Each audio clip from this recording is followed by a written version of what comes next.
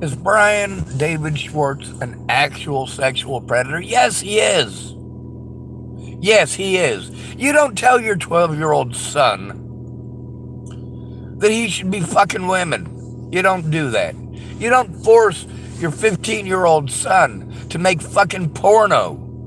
You don't do that. You don't make your son make porno sites. That's goddamn bullshit. You don't force your son to learn HTML so he can do that perverted shit for your fucking sicko ass. You just don't fucking do it. There's a asshole calling himself Art Sloan. It's not the first fucking harassment profile that he's made. Won't be the fucking last. But none of you give a fuck. None of you give a fuck. There are no such thing as good Americans. None. There are zero good Americans.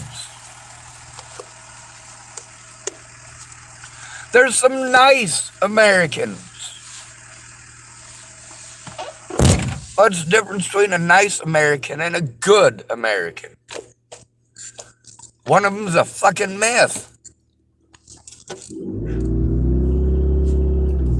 Americans don't give a fuck about anybody but themselves because they've been taught to be the most selfish people on the fucking planet.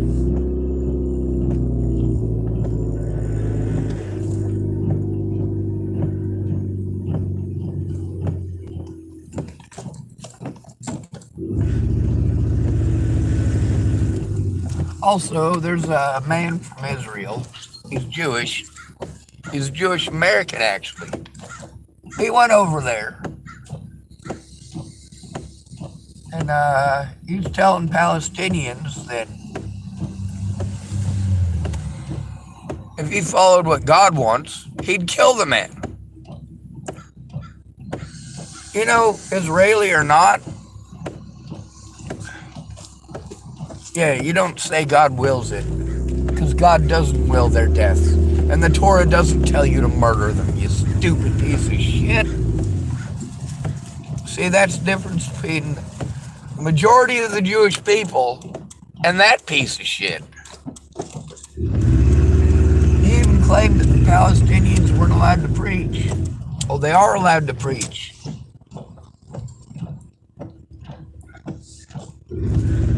Not all Jewish people are good people.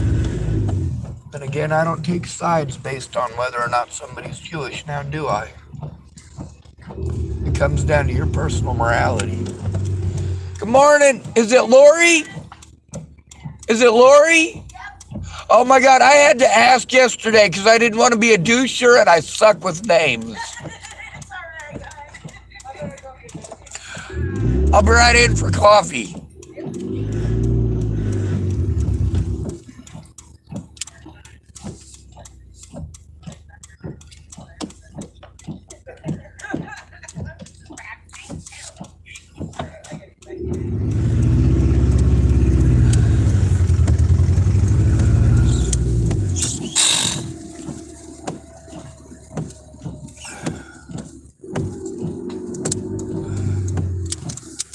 Oh my God.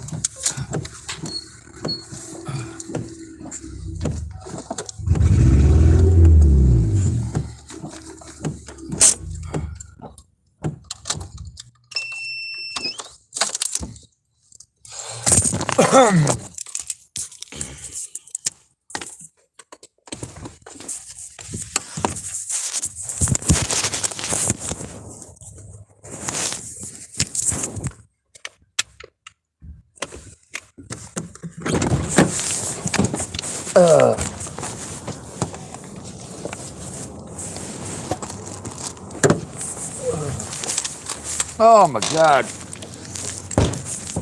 I got so drunk last night.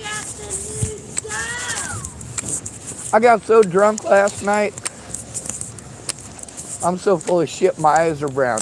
Hey, do you like my assets?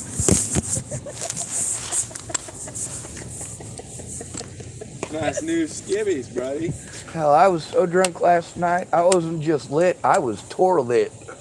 You're so Toilet. funny. Yeah, I'm so full of it. My eyes are brown. I quit drinking in 2001, but whatever. Whatever, dude. Oh, wrong dude. Whatever, dude. What the fuck? I stopped drinking in 2010. 10. Yep. Were you 19? Yeah. No, you weren't. You were in your No, I 20s. was 20. Yeah. See, I quit drinking as soon as I turned 21. I was like, fuck this tequila bullshit. Who told me this is a good idea? I should have stuck with vodka. Well, maybe it was 2011 when I stopped drinking. You were old enough to purchase it for yourself when you quit. That's pretty much how all Shortly of us after my were. 21st birthday. We all drank too much before we were old enough to drink it. Once we were old enough to drink it, lost its lure. Yeah, Wasn't shortly as cool. after I turned 21, I stopped drinking. It isn't as cool. That's kind of what I try to explain to people. I quit drinking because it was no longer fun. Something about my stomach lining projectiling itself out of my mouth and 20 feet away. I was like, that was actually really cool looking, but I'm in so much pain. The only reason for it is because I was bleeding internally, and I drank some orange juice on top of it. Ooh, I bet that tasted nice. Oh, it came right up. The only way I can Colors. explain it as it came out of my mouth, because it stayed together as a long globule and landed like in a perfect puddle in front of the bathroom door. Well, it was going through my head. It wasn't just orange juice. Yes. What went? Jesus, you people are friggin' spoiling me. There's two of them in there. I'm I taking think it's one. because he thinks you look pretty. I am pretty. What do you mean, thanks? He likes you so pretty. Yeah, I am a hell of a paintbrush. You know Purdy's a paintbrush, right? All right. I'm just making sure, because I know that most women don't know nothing about construction.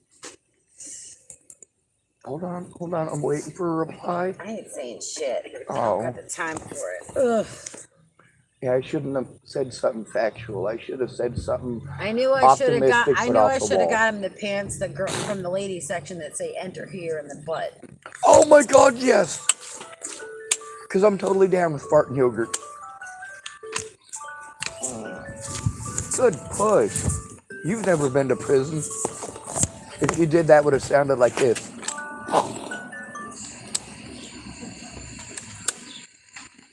Now, when you go to prison, you go from farting like to farting like. It's because I got no smokes left. There it goes. All right. For my protection.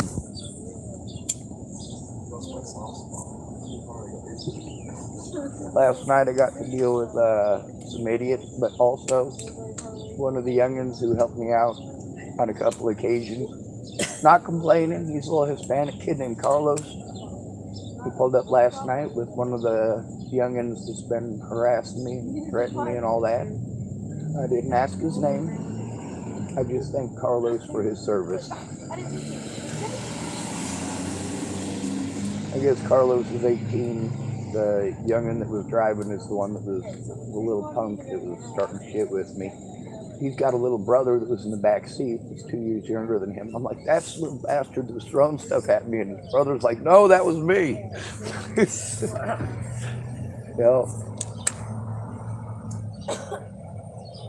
I'm glad to have it, though. I just wish people understood that giving somebody a sandwich is a temporary Band-Aid. It doesn't stop abuse. Here's a sandwich. Here's a sandwich. Oh, Sean, that is so terrible. Here's a sandwich. Here's a sandwich. Ouch, Marie. I do have darn near a full tank of gas, but I'm a panhandle up today to get more gas because I got to pay somebody to go up the mountains with me and help carry some of my gear down. The guy had helped me last time. He's so old. I don't mean that as an insult. Like, he can carry stuff better than I can, but he runs out of oxygen real quick. Well, that sucks. Yeah. He was saying his oxygen sometimes is only 78. You pass out at 78. I think, yeah, I think you're like half dead there. I think that's like when they say, okay, we have to admit you. They have to. Yep. Real nice guy. I just gotta remember not to call G.I. John the wrong name, like Joe.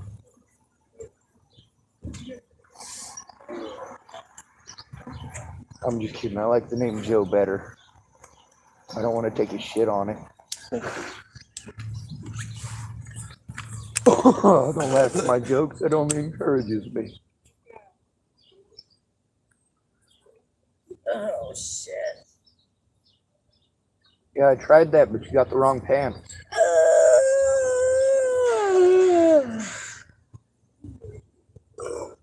They're gonna make you do stuff today, aren't they? Stuff. Well, that sucks. I wanted to hang out with you two all day. And Cynthia called in today, the little shit. New person changed their availability down again. Oh, You're a new person? What's her availability now? I'll have to go read my sign again. Fuck me in now.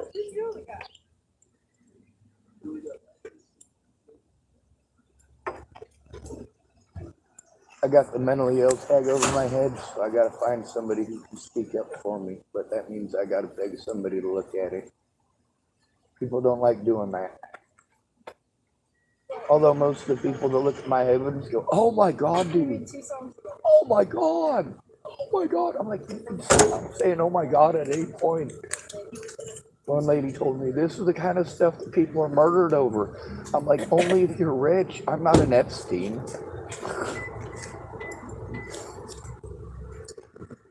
When you're poor, they just ignore you until you have a mental breakdown, and they go, see, he's mentally ill.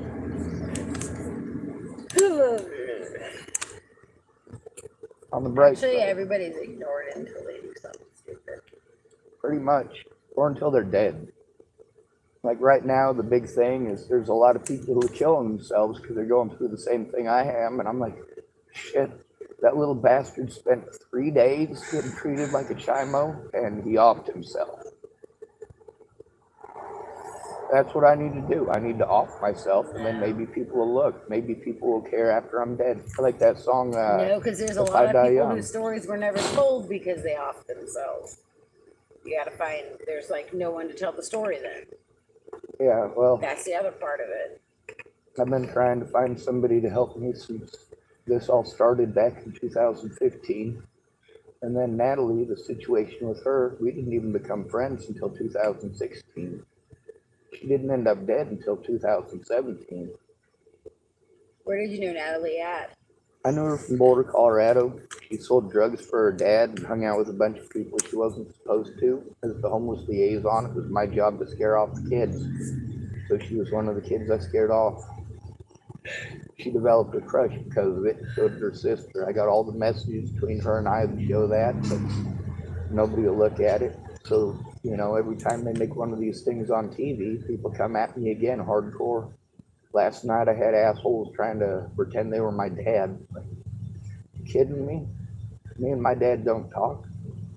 This is a sick fucker who was telling me at 12 years old that I shouldn't be a virgin anymore, and had me making friggin' porno sites for him at 15 years old. Like, yeah, me and him don't have much in common. When he found out, when I was like, I think I was like 9 or 10 is when we went in and found out I was autistic, high functioning. And all of a sudden he thought I was Rain Man. I was going to be this computer genius. I was going to be this math numbers person. I'm real good with math, but I got to be motivated. Yeah. You don't tell 15-year-olds that are grossed out by sex that grew up getting raped and, you know, sexually abused. You don't force your kid who's been through that to make porn sites for you. Yeah. And last year he got a hold of me. He's like, "Oh, you wanted to do that." I'm like, are you kidding me? Did you ask if I wanted to do that? Where's all your family at? My dad's in Washington State, 4845 East D Street, Tacoma, Washington. My mother is, I don't know, maybe Illinois still or Iowa. My little brother Michael, he's a pedophile who lives in Iowa. We don't talk. My little sister lives in Chapel, Nebraska, which she has to be afraid for her life and for my niece's life from law enforcement. My older brother is homeless in Boulder, Colorado, strung out on methamphetamine. My They're sprawled out a little. Yeah, my Where'd you grandpa's grow dead up, and though? grandma's in the system. Well, like what states were you mostly in? Colorado, Washington State, California, Wyoming, So Nebraska. mostly on my side. Yeah. All right. I grew up on the East Coast. Well, all the stuff was Natalie where it went downhill. All happened in a place called Chesapeake, Virginia. Okay, I know Chesapeake, Virginia. A lot of people do. I have a lot of family in Pennsylvania. Actually, that's where my family kind of migrated from. You know, my original settling family settled in Pennsylvania.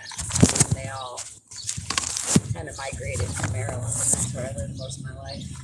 One of my friends that was trying to help me after Natalie was killed, she let me use her email account, or not her email, but her one of her Facebook accounts, so I could actually record what was going on, because people were going at my Facebook, destroying evidence, trying to get me banned from Facebook. You know, very, very un-American to censor a person and prevent them from speaking. But I've dealt with that for the last 7 years. I need someone to speak up and say, hey, this is wrong. You know, a lot of people say, well, just have them call me. They won't call you. That's the point of being an at-risk adult and needing somebody to go in with you. They have to actually go in with you. If you make a call, they have to make the call with you. Try to somebody drinking. I can't even access my paperwork in my storage unit because it's on the second floor. I have to come up with money to pay somebody to go up there, and then I have to find somebody who's willing, which is almost always been a drug addict. This last Where's time your storage unit at? Over by the corner market on 3rd, or center market on 3rd. Is it in disarray? It is.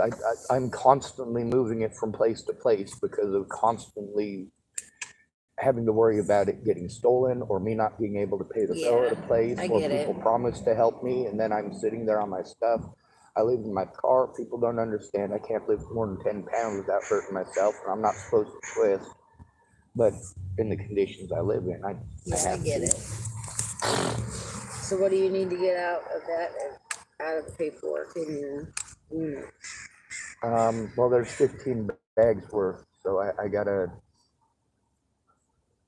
It's all evidence of abuse against me, but I got to be able to dig out the important stuff that I'm being asked for when I make a call, but I obviously without a place to actually organize it, where I don't have to stuff it all back into my car, and then in order to have my blankets or any of the stuff that keeps me alive, I got to take all that paperwork out and put it somewhere. Like, all I've done for the last 7 years is shift around paperwork and move.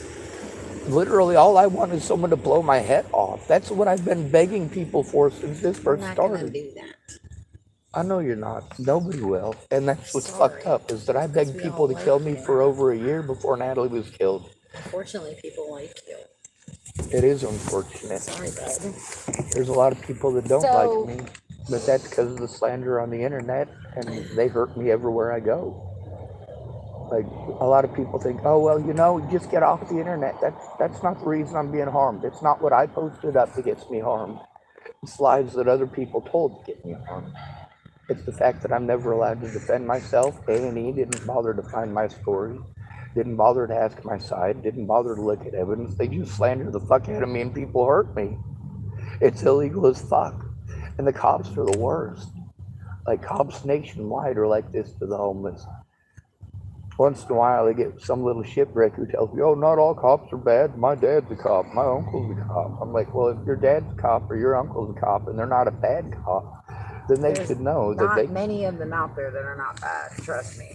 That's true. There probably are a few good cops, but there's so many bad ones that you don't find the good ones often enough. It's because there's too much incentive for predators to take up those positions. They have so many protections.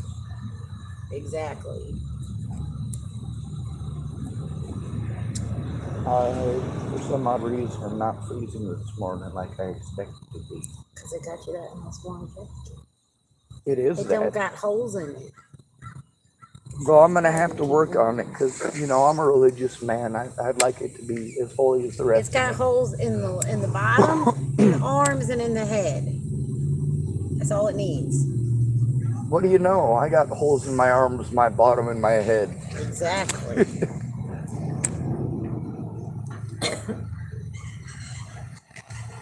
But no, like I have a vacation coming up. I got a couple days that are completely booked with my mom in the church because she works for a church and she has a brain tumor, so I have to help her with some stuff for her church on my days off. But I do have a few days that I might be able to help you do some packing up. I'll get some coats and we can go through some of that stuff for you. But I'll need to get your number before I take my vacation. My vacation starts on the 25th. So I need to get your number before then so I can get a hold of you and let you know what day I can meet you. And we can go through some of that stuff. Get it separated into some coats for you.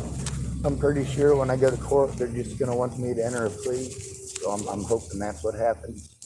That's on the 23rd. So everything will be pending that. But I'll get some stuff written up. I'm going to go grab a coffee and chug it and then get my refill and I'll sit down in my vehicle and ride it. Yeah. And then, like I said, with your court thing, I'll be at work, unfortunately. Just let me know how it goes. I'll be here.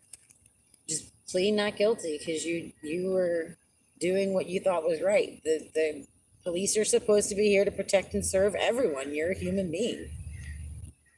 They even tried saying that because I don't pay taxes, they don't have to do their job. And that's bullshit. Because they are to protect and serve everyone.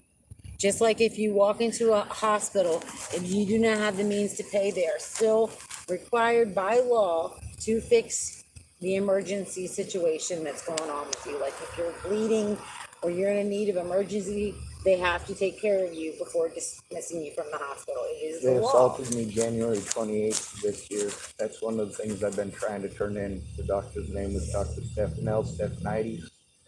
And there was no reason for any of it. That was the day that I got kicked off the property over at Denny's for having a mental breakdown over people threatening to kill me and assault me and a lot of other abuse. I got in trouble for it. I'm not allowed to have any sort of human reaction to abuse. I must be stoic. Apparently, there are a lot of people who think I should say thank you to people for abusing me. Yeah. I have a brother that has a lot of mental health issues, and he has a lot of breakdowns. Luckily, he's in a bigger city, so it's not as noticeable. That makes sense. Like where he's at, they kind of ignore him because there's so many people that they don't notice it when he has his breakdowns.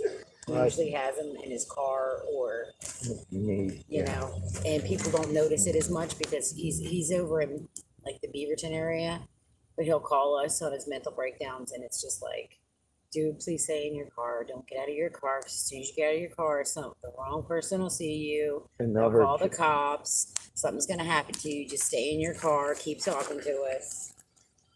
Because he's got schizophrenia and he's got bipolar. But the bipolar doesn't necessarily make people like that. Schizophrenia can. For me, a lot of my predators try pretending that I'm schizophrenic so nobody will listen to me. But obviously with at least a dozen people at the Safeway being witnesses to multiple situations, it's obvious I'm not hallucinating this shit.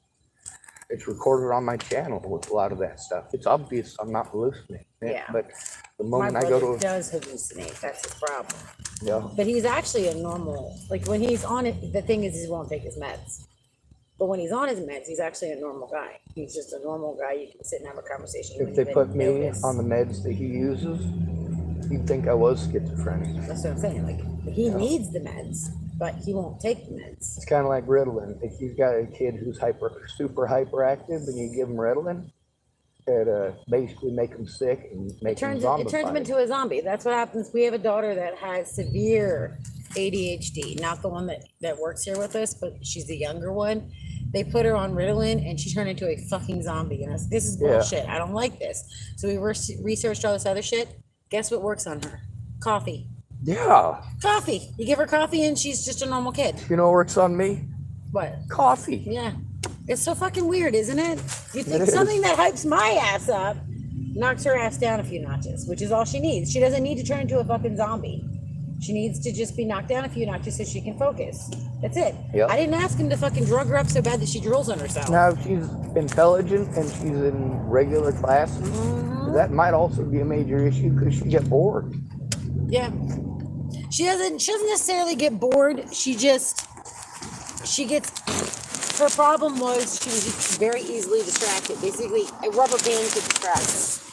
Me Because too. the rubber band was more interesting to her than anything going on in the room. For me, I'm only like that when I'm overwhelmed, but I'm overwhelmed by my environment often. Like last night when there was there was a big truck that was parking in there, and there was 4 other vehicles that were sports type vehicles cruising around. I couldn't hear anything. If I wanted to have a conversation, it wouldn't be possible. Yeah. I'm gonna write my information down and a couple of important things that, like I said, this stuff being on the Yeah, I news, tried to look up that A&E thing, but I was like, I'm not paying this for a subscription to that fucking place. right? I don't get to watch it because I don't Yeah. have a subscription. I'm not either. paying for the subscription. I looked it up and I saw like the preview. They showed you like the sneak peek preview, but I was like, I'm not paying these people money because that's the money that I'm going to be paying them. So like, fuck that shit. But yeah, I did look it up. I just wasn't going to pay for them, give them money. Well, that was just the them most my money. recent one. They've been doing this since 2017. Is there anything free that you can watch on them? Yeah, there's a bunch of stuff on YouTube. Anything Rob you can think of, Gavigan. write down and I'll look it up. Yes, But ma'am. last night I tried to look up that A&E one and I'm like, I'm not paying those bitches money for fucking watching this. No, I'm not giving them any of my fucking A lot hard-earned of money. people get a hold of me because they I'll did give watch you some it. of my hard-earned money. I ain't giving them bitches my hard-earned money because I don't like it. I like the people that go out and try to do good to fix the things that are wrongdoings. I don't like the people that go and try to speak out and turn things into problems, and that's what it seems like that's all about. But is they don't- making a problem out of something that wasn't a problem. But it gets me hurt everywhere I go. And the more popular it becomes, the more people do this. Yeah, The more they do all this, you and got to don't allow do me is to keep defend being myself. who you are around the people that you. Right now, you're building yourself a group of friends with these people here who have a lot of friends. And as you notice, the more people you talk here, the more people are talking to you here. If you noticed. If they're good to me, I'm good to them. If they're And not if you good notice, to me, though, the more people you talked in this store, the more people are talking to you. More people are treating you like a human in this area because they all know you talk to me, you talk to Joe, you talk to Sam out there, you talk to Lori. as long as I don't make jigs to Joe or to Jay, it's all right. He doesn't laugh at anything. But no, that's what I'm saying. It's like if you get yourself in an area where you're safe and you're safe in our area because every one of us will stand up for you. If you see it, that's why I record it. A lot of times, like people, if you're walking down the street with your family, is anybody really going to come fuck with you? Probably not. Maybe They not. might You get never an know. attitude. You never know. But if you're walking down the street by yourself, Yeah, but Yeah, that's what I then you're said. easy to victimize. You're safe in this area. This is a place you need to hang around then. And you were already told you're welcome to hang around here. So none of us are going to kick you out. But, Hunter, he's cool with you. Everybody in this area is cool with you. So, and if any of us see anybody fucking with you, you know damn well we all got your back. yes, ma'am. What's his name? I call him Jake from State Farm, but that's not Paul. Paul was here on a couple of nights where them youngins were screaming the N-word at me. I got it recorded. I also asked, I was like, did that just happen or did I hallucinate it? Because people want to pretend I'm schizophrenic and I make stuff up. Yeah. So I have people verify it. Did I make that up or did that just happen? Yeah, that just happened. Okay, just making sure. Yeah. As many witnesses as you can get too. But like I said, The witnesses that if come you forward stick yourself with me, though, in exactly though, if you get the names of the people, hey, can I get your name to go down for a witness? I guarantee you, every one of these people that you've gotten to know over the year that you've been hanging out here, every one of them would stand up for you because they all greet you when they see you. Do they not? most of them. Most of them do. There's one lady there that was real pleasant when I first started going there, and she's not so pleasant now. Where's that? Here? Yeah, but Who's that? It's just one of the ladies. I think she's probably just having a hard time. So She doesn't get mean or anything like that with me. She just Where is it at? What department? um, Starbucks, but she's not mean by any means. She just A little different. it's not stoic. That's not the word for it.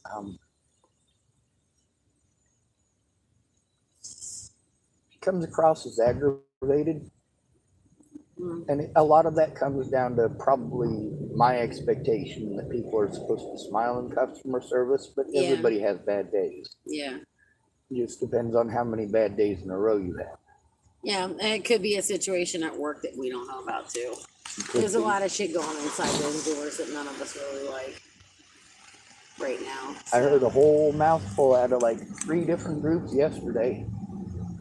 That dumb motherfucker wanted to ask me to move to Lincoln City. Yep. What the hell? That was the first question he asked me. That's what he told me to do. Oh, you? It was you too? me. Yeah. No, it wasn't just you. It There wasn't was just another me. lady who said, There's a couple of us. And I think he's just intimidated by us because we know more than he does. But yeah, he tried to ask me to go to Lincoln City. And I'm like, fuck you, dude. I'm like, I'm not going to fucking Lincoln City. Kiss my ass. I know I do live almost the same distance from here to Lincoln City because I actually live in Beaver. I don't live in Tacoma. but you also have yourself established here. And Yeah. you have yourself Like I established. said, with I your have coworkers. I have my customer clientele here. All my customers know me here. I was like, so don't sit here as your newbie self and try to tell me where you think I should go. But yeah, he's really rocking the boat right now with this crew. So Does he know that you guys have to let people on that are drunk, and you know that they're drunk because you're understaffed? yeah, there's all kinds of things we do here, and he's just kind of irritating everybody right now. Although the drunk guy is generally pretty nice with people, and he talks nice with people, and he's kind of a chatterbox, but doesn't make it too long. Not that I pay attention at all to my surroundings, but I have to know what people are doing as far as extracurriculars of that sort, because that does affect their decision making. Yep.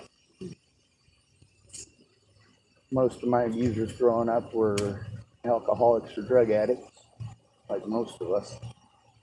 I've So- actually never been an alcoholic or a drug addict. I was Damn an it. alcoholic. I was never either. I did have my once in a while I'd go out with the girls and drink a few, but then I'd be the one to stop drinking so I could drive everyone home. I was always the responsible drinker. That was me. Probably because when I was young, my mom adopted my 3 cousins and I became like a surrogate mother to them. So I've always been like the motherly figure as a child. So I kind of took that role on as the adult before I even had kids of my own. So I was always love you from a distance type from when I was pretty young, just because like me and my mom didn't get along because she was a cocaine addict. oh, that sucks. So I had to sneak food into the house after moving out. Yeah, my little sister helped me to do that. Oh my goodness. That kitty cat loves Safeway. That kitty cat loves being petted and loves staring at people. Yeah, we call it the Safeway kitty. I don't know if it has a name, but it's the Safeway kitty. I know whose kitty it is. Is You it know the Josh's guy? kitty? You know the guy who has the drone? Yeah, that's Josh. He used to work here. Yeah, that's his kitty. He used to be our night grocery guy. You know, he's got enough practice with that thing. They'd probably hire him in Ukraine. Maybe. He could fly on some real good shit. Then he has a drone, and then he had this weird, like, glowy ball thing that he would bounce up in the air and be able to catch any weird shit. He's got 5 of them now. Really? Yep, all different colors.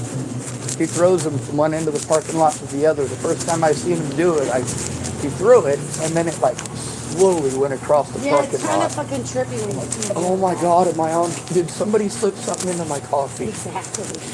That's the first time I saw him. I said, "What the fuck is going on there?"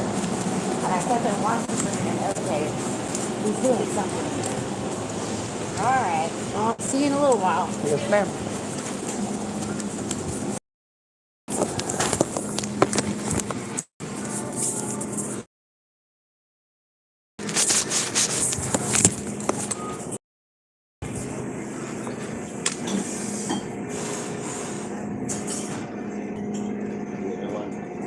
Oh, go ahead.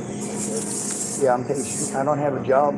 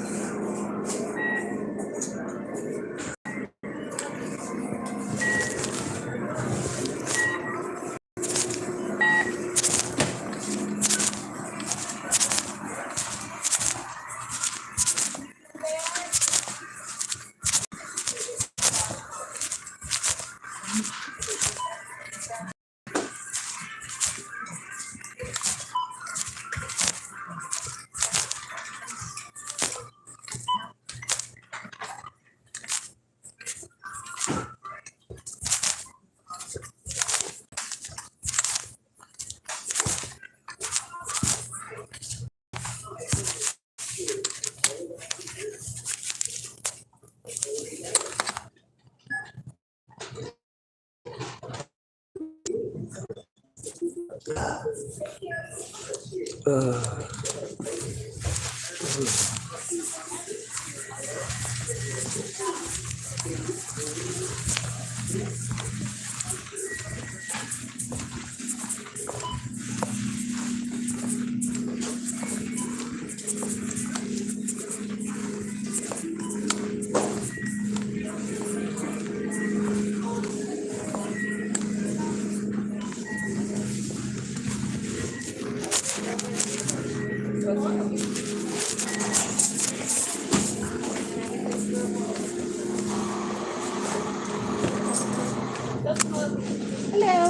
Hello, I'm Rich this morning. Did I get a Cuban coffee? What? So what did you want? Well, you guys, I already asked that before. You guys don't have a Cuban coffee.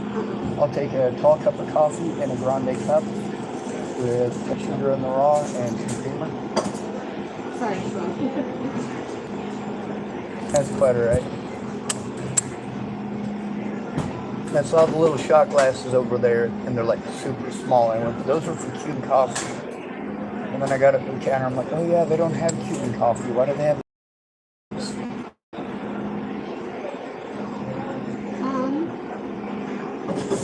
Okay. The only thing cooler is when I get a pour over. Pour over.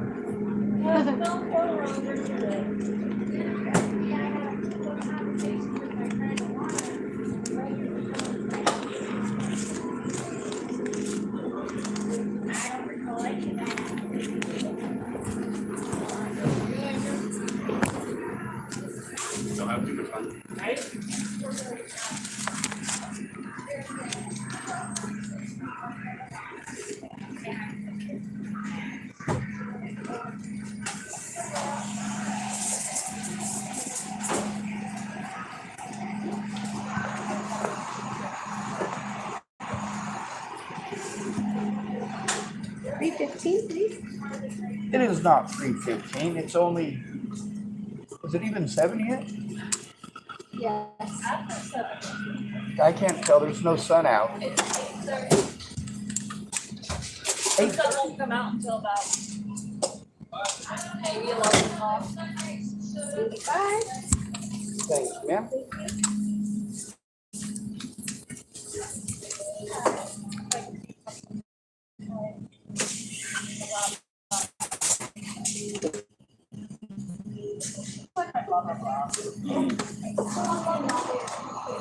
My girl knows my eyes, blah, blah, blah, blah, blah, blah, blah, blah, blah, blah, blah, blah, blah. I do not know, blah, blah, blah, blah, blah, blah. Isn't that what a vampire says? Well, sometimes and then I want to make sure that there are no calories. Okay. Okay, there's the first caramel macchiato. I am going with it. It has no calories. I'm going with it. I'm lying through my teeth, I think.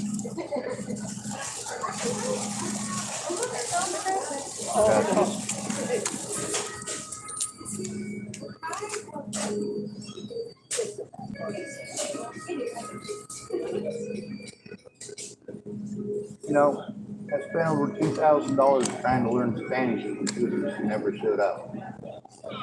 I learned more Spanish from being a dishwasher at the Cheesecake Factory. And here's the second. So maybe I should follow Bruce Lee and be a dishwasher.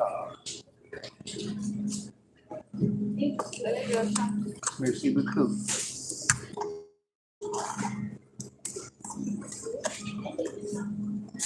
You really should not have gotten. I didn't get you one. I did not. You did. First one's free, right? First one's free, right? No, she got me cooked.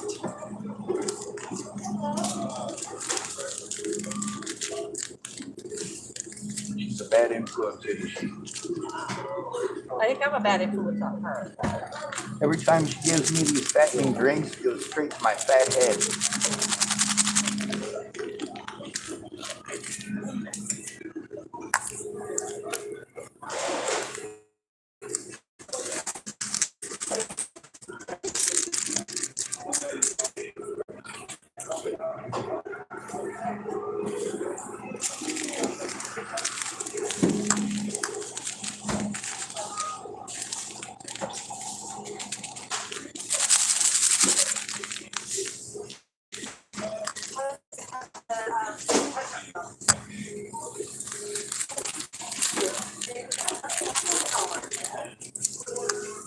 We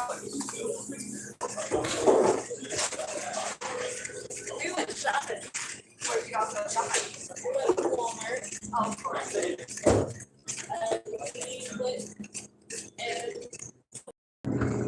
Did you guys find anything at the outlet? The Bath and Body Works. You can always find something there. Okay. See, I tried online. And then we went to the Can I art. get my coffee? I got some food. Yeah, let's go. Thank you.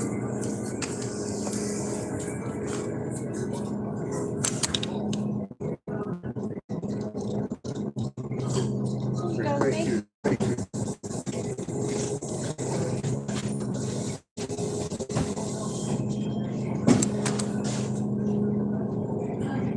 It's my bar of chocolate. Give it to me now. What? I said it's my bar of chocolate. Give it to me now. I think that's from Willy Wonka and the Chocolate Factory. That's right, because I wasn't paying attention. Device doesn't work next to your little stand here. So even if I wanted to tell on you, I wouldn't have any evidence of it. If you were in such a hurry, just shut up out there and you're just not getting your coffee. Just saying. Well, you know, if you were just standing there doing absolutely nothing, that would kind of make sense. But you were working. You can talk and work at the same time, unlike me.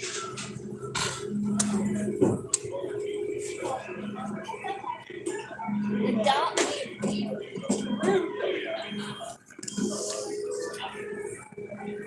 Stuff like that, I just want to go. There's Starbucks stuff right there. Carly wants to go there.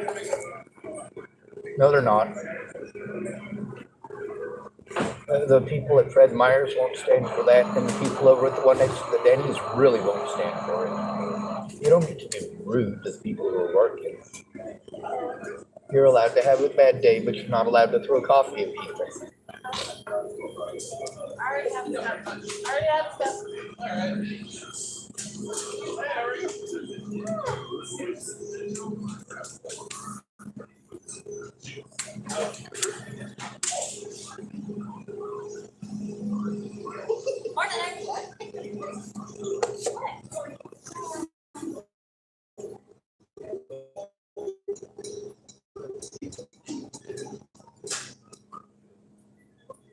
You know, sometimes I wonder what life would be like if I wasn't so pretty.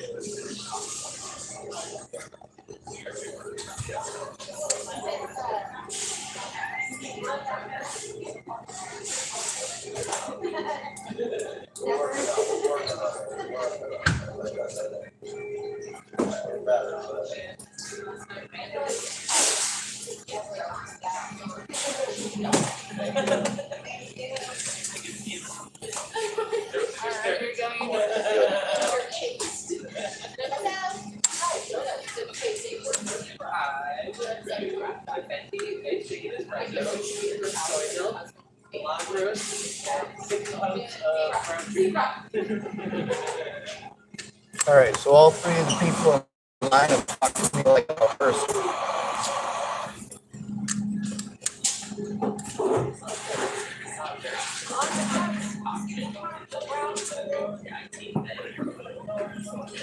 It's pretty much avoid those.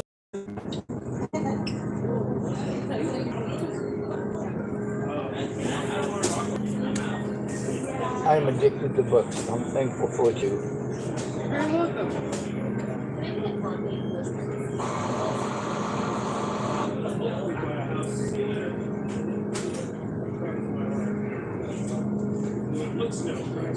So I got a question for you. Why do you have Oregon Cuban coffee cups if you don't serve Cuban coffee here in Oregon?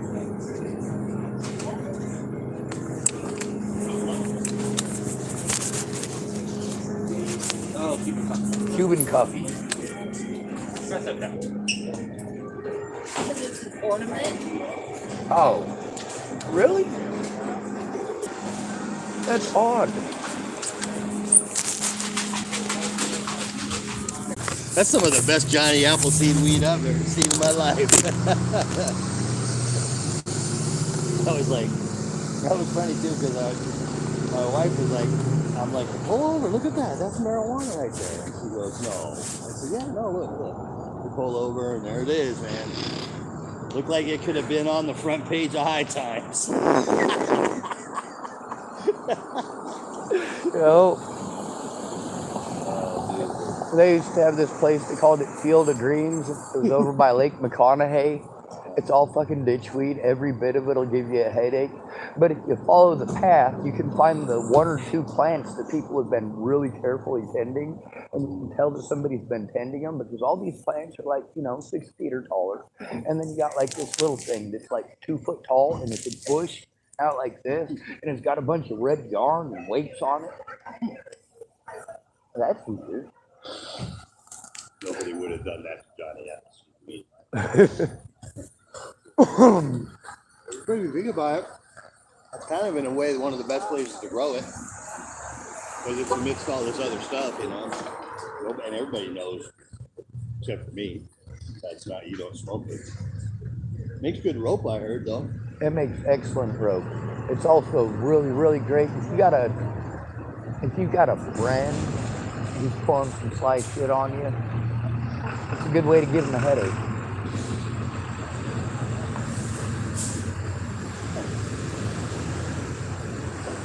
Tylenol won't fix that migraine.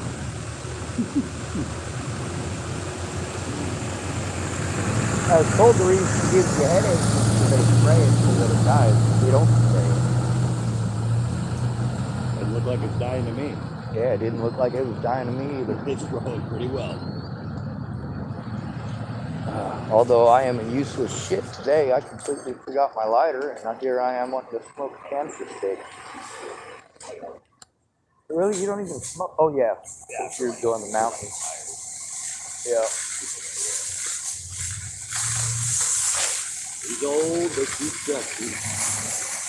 He's old and he's rusty, but he still likes the fire. All right, I can't tell if this is a country song or not. Yes, it is a country song.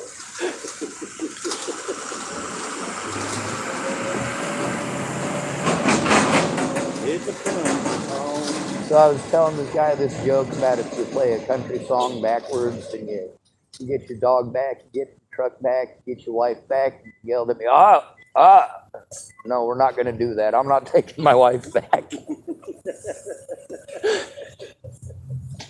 Yeah, right. You're right. It's rusty like the Brillo pad I scrubbed my crotch with. Exactly. Yep, she is. She's been around a lot of years. You can tell I don't smoke. That's why I have that. But I don't, It's still well used. I don't let everybody do rusty. Well, I would hope not. You had to take out half your backpack to get to it. That's a good way to make me remember what I got. I think that's probably the reason Nick hasn't pulled out any of the heads to show us.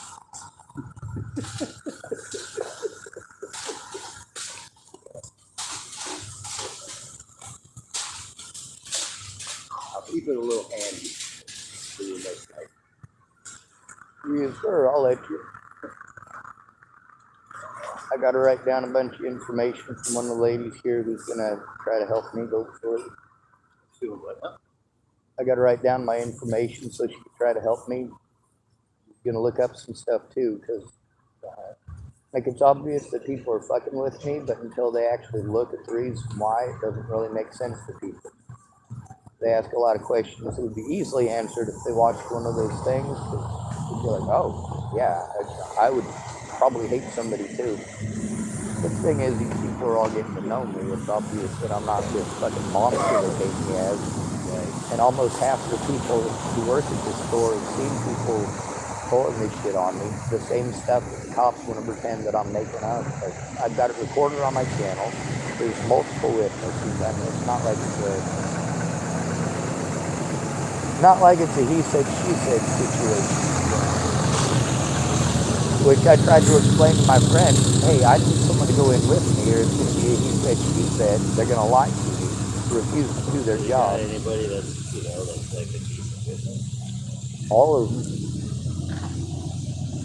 every one of the witnesses that they had that were bugging me were mostly drug addicts. Good morning. Just for back when you need them. Well, thank you. Welcome.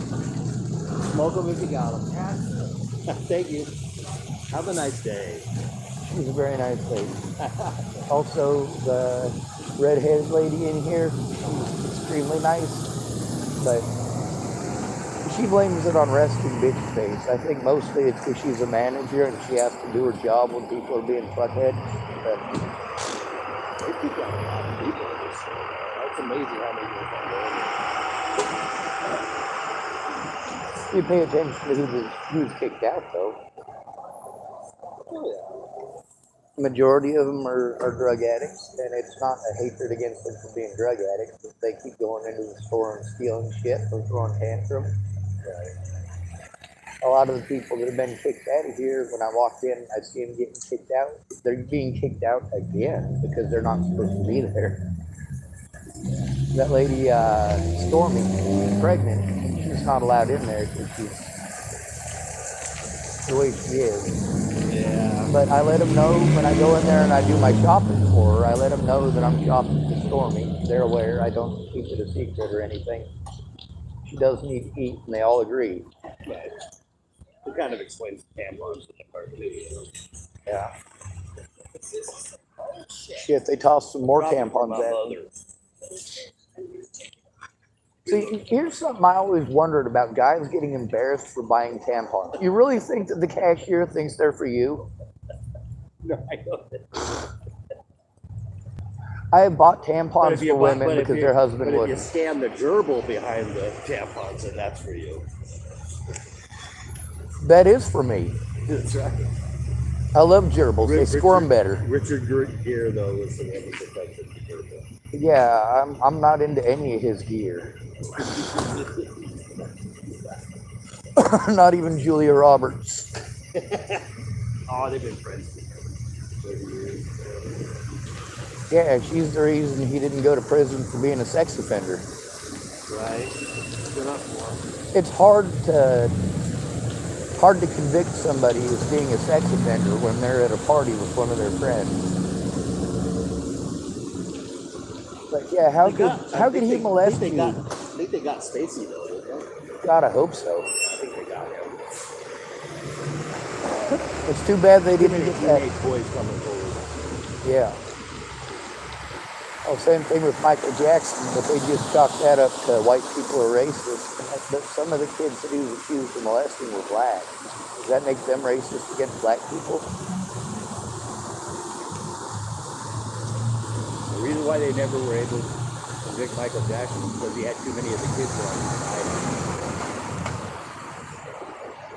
Guys like Manuel Lewis, who's black. What was the kid? Macaulay Culkin. Yep. Yeah. Macaulay Culkin won't talk about the issue. He did, and then later on, he said some things that were contradictory to what he said the first time, and the media just went, well, we're not going to listen to him ever again. And that's kind of the way it's remained. He became a huge drug addict. Wouldn't you? Almost died overdose a couple times. All right, I probably shouldn't say wouldn't you, because that's condescending into me. That's also assumptive. Well, Probably because he was molested and all that, he became a drug addict. it could be. It could be that he just had a bunch of access. I think that there's, yeah, could have been. But when he was finally emancipated, he got his own money and he really like that. Well, a lot of them young Hollywood stars, they talk about how a lot of the older producers give them drugs. Oh, of course. What's his name? Corey. Feldman. Two Corys. Corey Feldman came and out Corey and said Haim. kind of lit a real light under what Hollywood's really like, and I think that's kind of we've seen a lot of stuff happen after that. Yeah. And, Well, people didn't want to listen to him, and a lot of people boycotted and protested it, and they wouldn't allow it on most platforms. Yeah. But I think the main reason why he was doing it was because Corey Haim, which was his best bud. The first one to die tells about it. Or the first When one of them dies, the other one's supposed to hell. Yeah, I didn't wait for people to die to tell on predators. And by the way, thank you for not being predatory towards me. I know that doesn't seem like something that somebody should have to say thank you for, but we interact and you don't take advantage of me, and that's rare.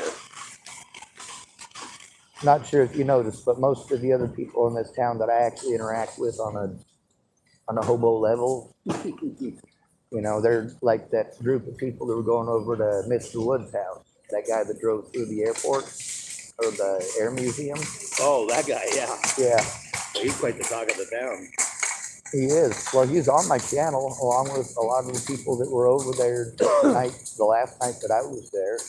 A lot of them were apologizing to me because they didn't want me to see them, you know, with them drugs in their hand. They didn't expect me to be there. Yeah. I mean, I don't do drugs. They all know I don't do drugs, and here I am showing up at the drug house. You be where you are. I mean, I had to, you know, I was looking for a place. I had to turn down this guy's house because it was all a bunch of drug addicts. I can't do that. That's one of the things I try to explain about the places I've had to stay since family was killed. Is that a lot of people did offer me places, but when I get there, they're strung out on drugs, they're alcoholics, they're beating on their spouse, they're screaming at their kids nonstop. They're up until 4 o'clock in the morning telling their spouse that they're a cheater and a liar. There was a 15-minute discrepancy for being an Uber driver where you're basically sitting there for 15 minutes waiting on somebody. Women who are alcoholics or drug addicts get extremely possessive over men and what they're doing. Every single moment must be accounted for, or you're a cheating person. If you're not actually cheating, the fact that you've got 15 minutes that you were just parked there means you were emotionally cheating on them. I see the lady hard. Whatever, it's not cheating when you kick her out and you're done with her. When she says, I'm getting a divorce, we're done, and she leaves with your best friend, go have fun with whoever the hell you want.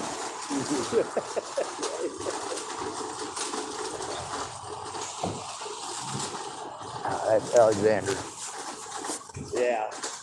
He's from Tennessee, and I hear his accent, and I have to remind myself that just because he has a southern accent doesn't mean he's retarded. Most people hear a southern. That's not a word that's allowed to be used to express people with. You can't say retarded, but you can say neatarded. This is fun.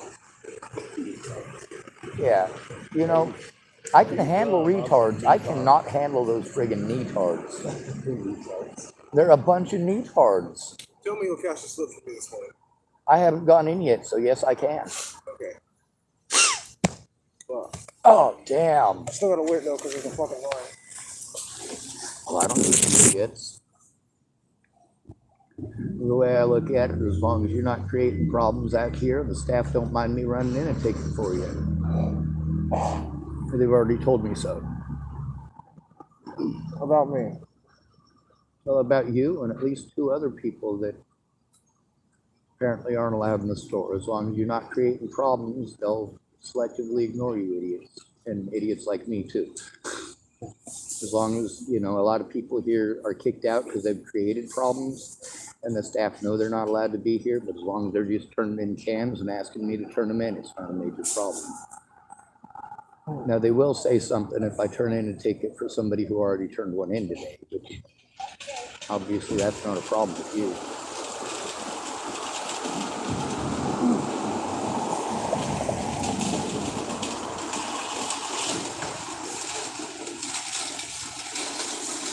Wasn't that one of the Hispanic family that was on that 14 bags of stands, and each one has its own ticket, you know. Even the 4-year-old here, he runs in with a ticket. The little girl that's with them, every time that they do that, she runs over across the street and gives me $1. Oh, Every time. they're sweet. She also doesn't say anything to me. She hands it to me, and I say thank you, and she stares at me for a second and runs right back across the street to her dad.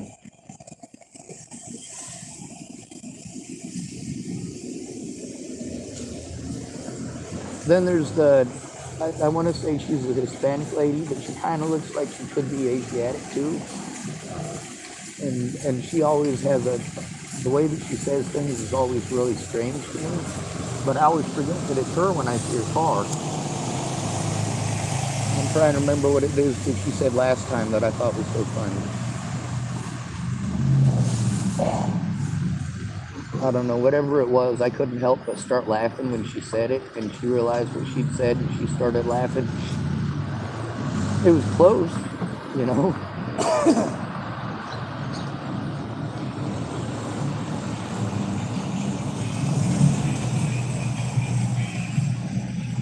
Yeah, one of those groups, they worked out at the recycle center. They looked out for some a recycle area. That's where they did all the cleanup. Now, one of them little fuckers that's been an asshole to me pulled up last night with one of the young gentlemen who's always good to me named Carlos. I'm always happy to see Carlos. It's the other asshole that I'm not real happy to see. But they pulled up last night. He talked to me like I was a person.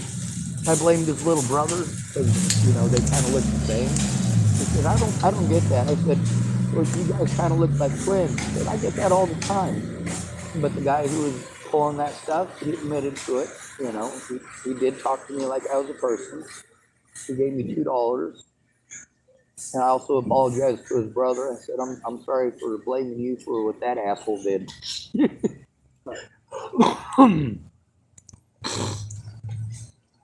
But yeah, the cops are fucking useless. Thank goodness for Carlos. When I had to walk back from jail and I started having backstabbing, I couldn't get off the ground. Carlos pulled over and him and the friend that was with him helped me get off the ground. I made it maybe a quarter of a mile past that. I had to call 911. They brought the ambulance. The ambulance people were kind of nice to begin with. They got shitty towards the end of the ride. Then I got to the hospital and they were real fucking shitty at the hospital. And then they still wanted me to walk back. I'm like, you could have avoided all of this goddamn complication by just not being pieces of shit to begin with. Right. I mean, it's not like I went in with Alexander. Shut up. Hey, it's late enough in the morning I can roast you. Isn't it? Especially when you do it in a favor. See, when you do somebody a favor, you get at least 2 or maybe 3 roasts out of it. Depends on the individual. Oh, yes, the idea of if I give you a sandwich, I get to berate you and bully you and talk down to you like you're a dog. Hey, Oh, can I get heck you a yeah. coffee? Can I get you a coffee? Yeah, I could take it. I like when people say stuff. I did say something to this lady the other day about social services. And, you know, she was talking about all the good things like this organization. The woman. She was not nice, man. She was very mean. I don't like that older woman that works for care that wears glasses kind of. Oh my God. She is just a mean-spirited person. What are you doing? Why As a are you whole- working here? Yeah, exactly. This is not the place for you. The place for you is the car wash. Or Yeah. the laundry. When you work with at-risk individuals, adults and children, you cannot be a fuckhead because people have PTSD and you're going to shut them down. You know,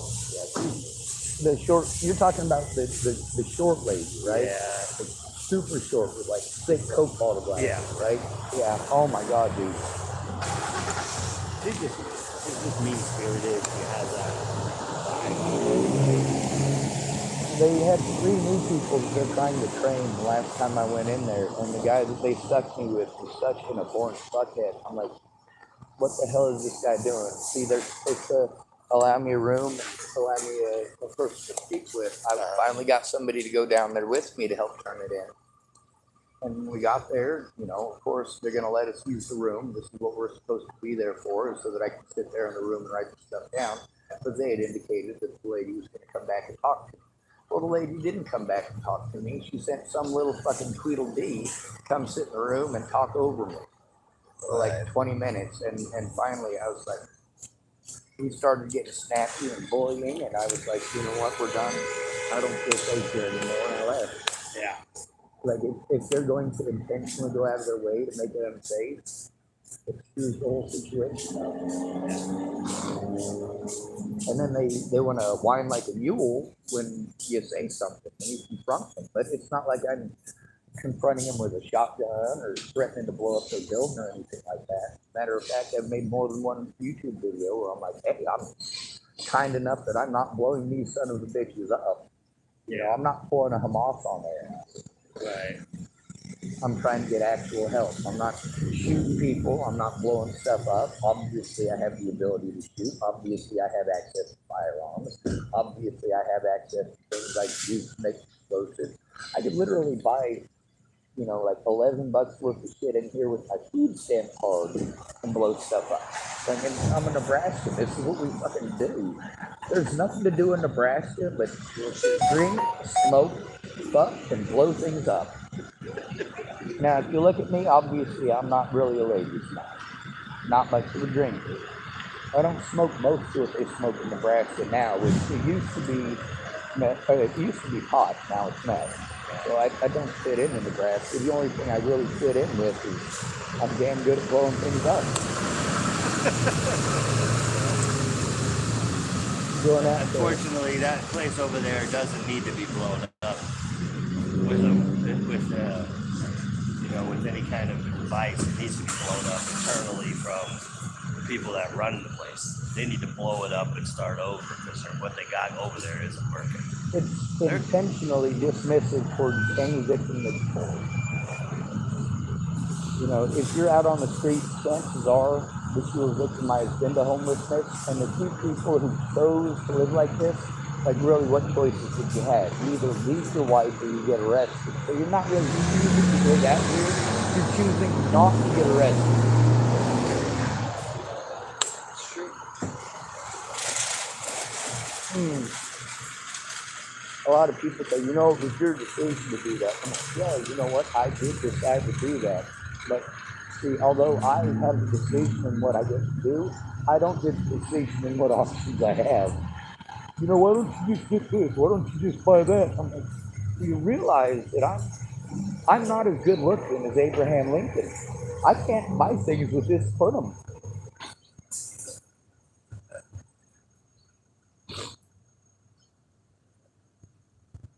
I'm not as good looking as Abraham Lincoln, not as good looking as George Washington.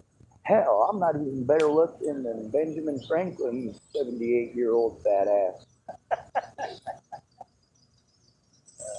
Yeah, that portrait they used for Benjamin Franklin, he was like 78 years old. But you look at him, they didn't put all the wrinkles in there. He doesn't look a day over 40. Looks good on that $100 bill, though. Oh, damn good. He's smiling big. Like a faux tie on a tuxedo. He's a finished gut. Now, when I first used the care 10 years ago, I thought they were a really well-run organization. First off, one of the main things that I believe in is helping people that already have a home stay in their home. I believe that you should give to the community in that regard, especially the elderly or whatever. They don't need to be losing their houses at 78. Yeah. So pay their utilities. That's what they were doing. They were doing a really good job. And they're still doing that for some people in houses around here. And as far as a lot of the services for when you're abused, they'll do a lot of really good stuff for women in houses. Like, it's an insane amount of stuff. But they won't do that in Nebraska for people in houses. And here, they fucking hook them up that. But we're looking at a small percentage. We're talking about people who are already in houses. And some of these people are drug addicts that are in houses that are getting help. Well, the state of Oregon has a huge thing. They put a lot of money into it. Yes, and that's one of the main things with the services here are policing that.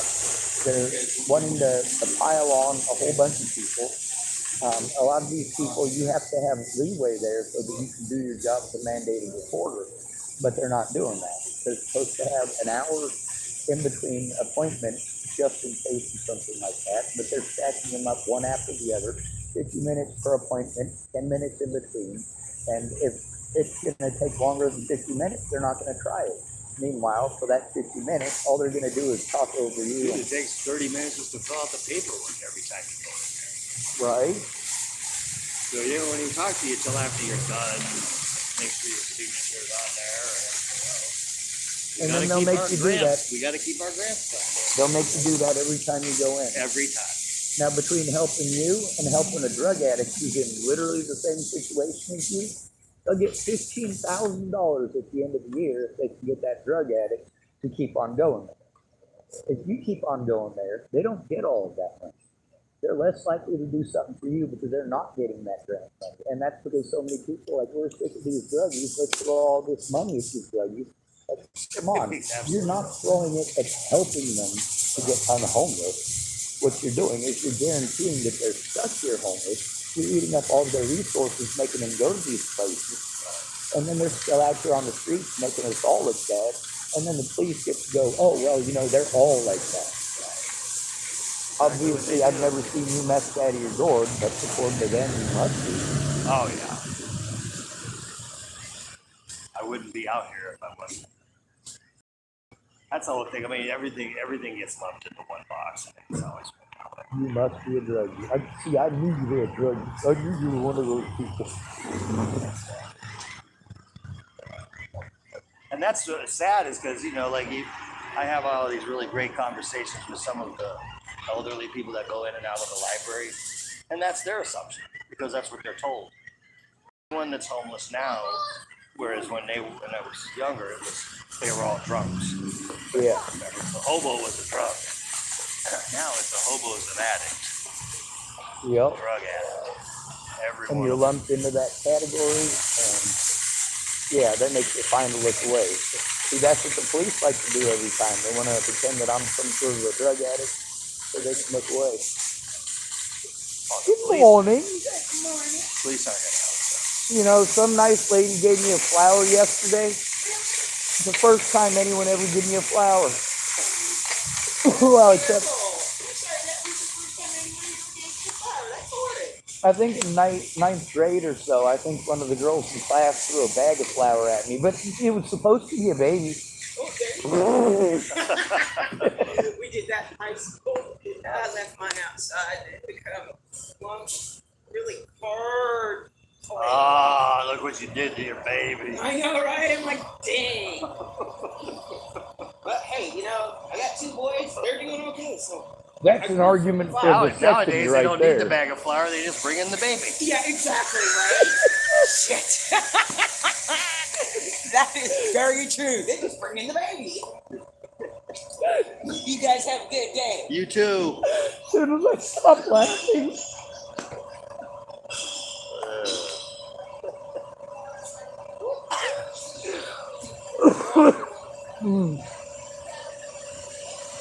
Oh my God, it took choking on myself to stop laughing. That lady is super cool. She laughed at all of my stupid jokes. She gave you a flower yesterday. She did. I saw her walking up. She saw me and she was staring at me. And she started sliding this thing out of her bag. I went, as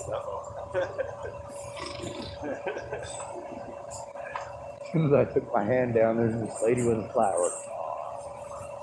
Pleasant surprise.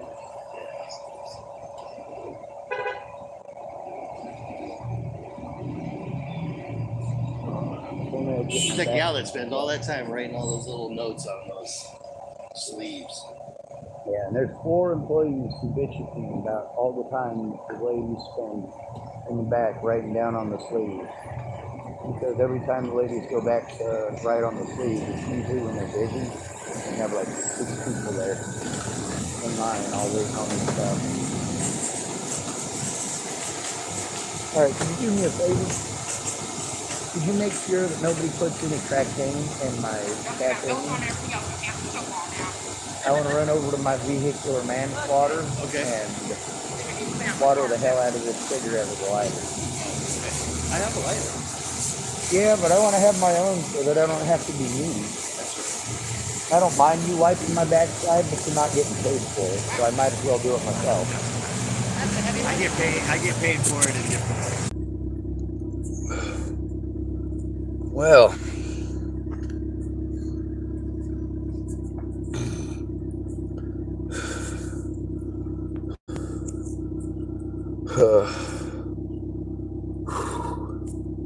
slight breathing issues.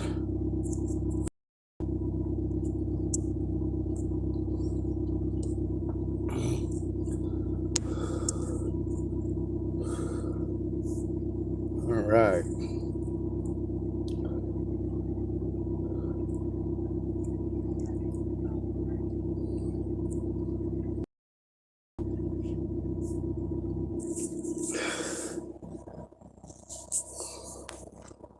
Someone calling himself the keyboard kid typed some funky symbols. He typed, "Here come Johnny," and then 2 messages held for view.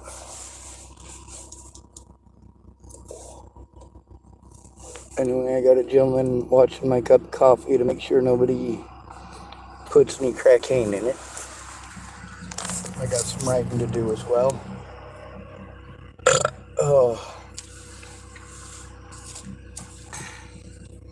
I do want to state for the record, me had never sexually assaulted me. As far as I'm aware, my dad's not into boys. However, he's still a fucking pervert. He still cared more about profiting. It's not profiteering.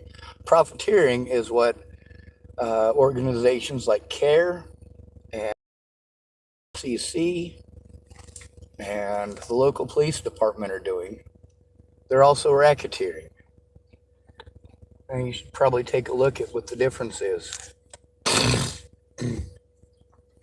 All of the cops here were involved in the theft of drugs, and most of the cops were involved in trying to trade those drugs in order to get favors, false statements, or sexual favors. Also, they like going running around and slandering people's names to try to get people to make false reports. This is illegal as fuck. Prevented me from actually making a report or turning one in. It's not that I've never tried.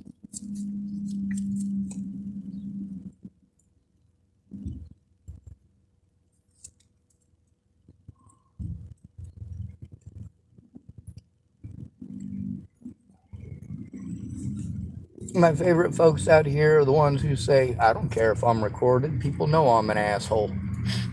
Well, cool. I'm an asshole too. I don't mind being recorded. What I mind is people playing little bits and pieces and calling that good. You can hear that I'm a fucking overwhelming asshole, but you also hear why.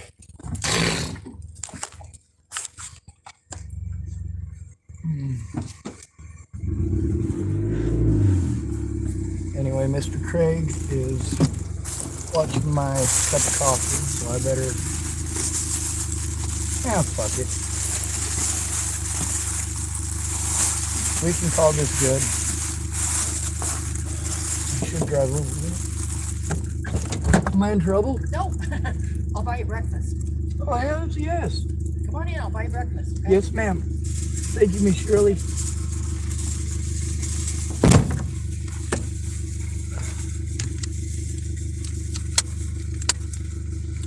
Now, y'all notice I talk shit on a lot of men. I also, in the process of making those videos, I make sure I talk to men. Men who I know aren't like that.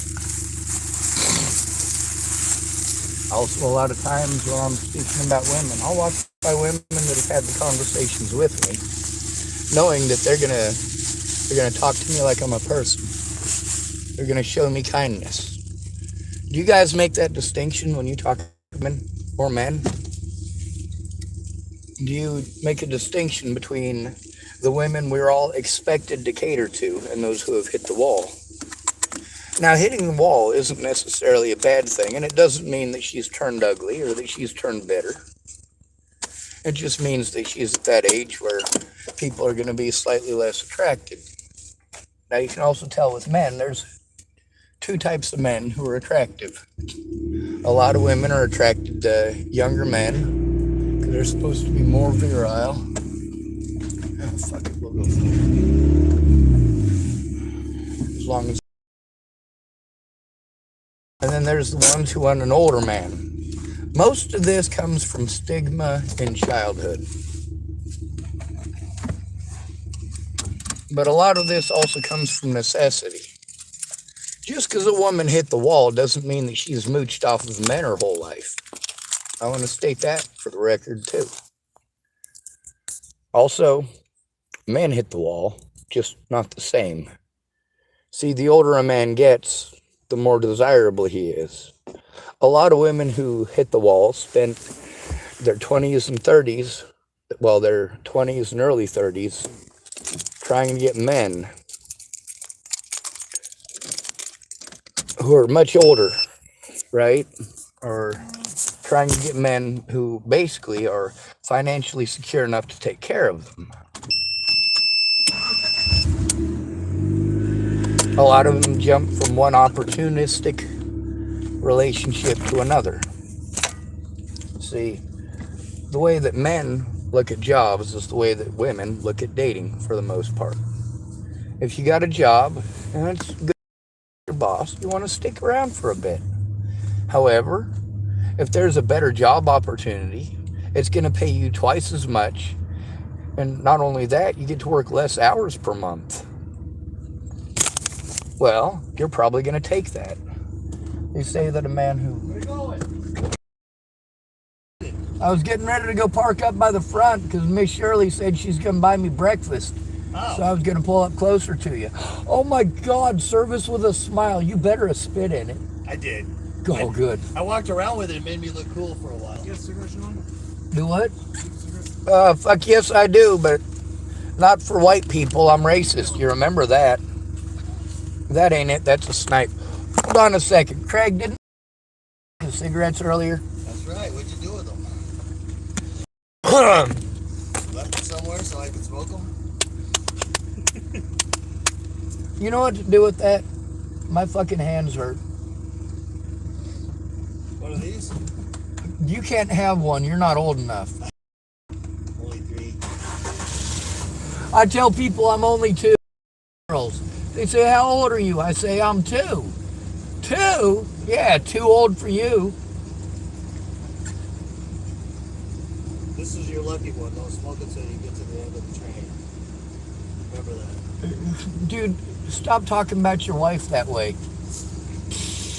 When I was talking about my wife that way, she's dead. That's a bad thing. Because if they're doing a train on her now, then those guys really need to... Yeah, you can't pull a train on a dead woman. You end up getting the bone instead of the other way around. Get boned, all right. All right. Be safe, Craig. You too. I'm going to head back over there and talk some shit if you end up over there later. All right. Do you need a lighter, Alexander? All right. Hey, you cash in that ticket? Yeah. All right. Fuck off.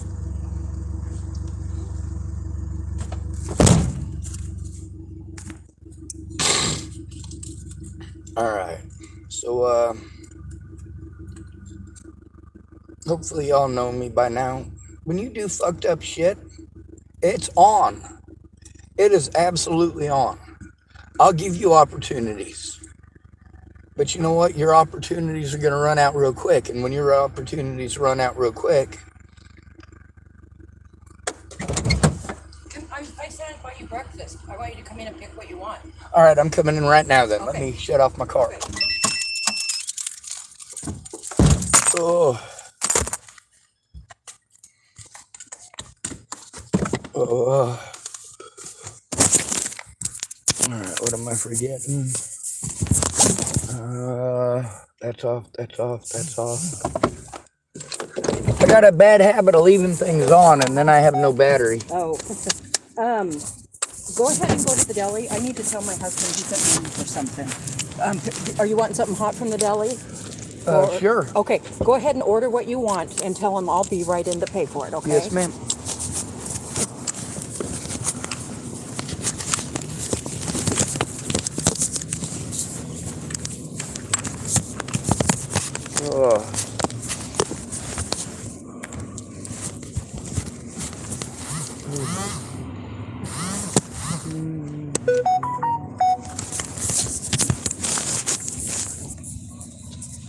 All right, it's working.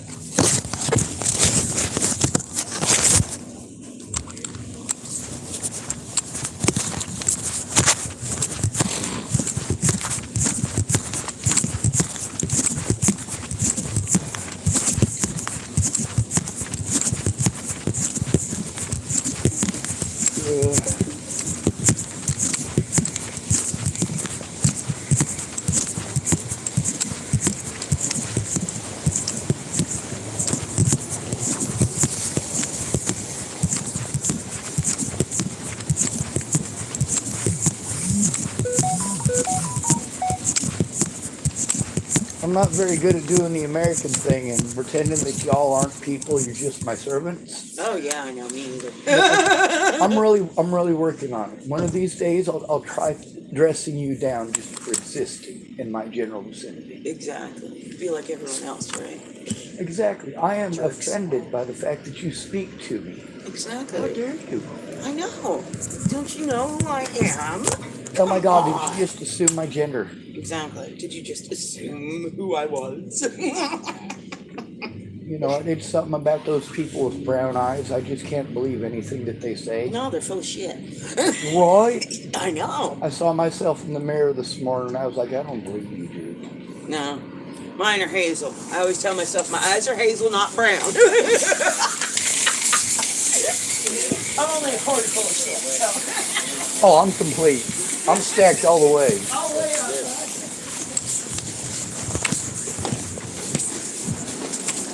For a second there, I didn't realize that was pirate theme. That's a Owen shirt. Oh, Not the It's whales, the whale. the jacket. oh, people grab some half and half and I'll be right back, okay? Yes, ma'am.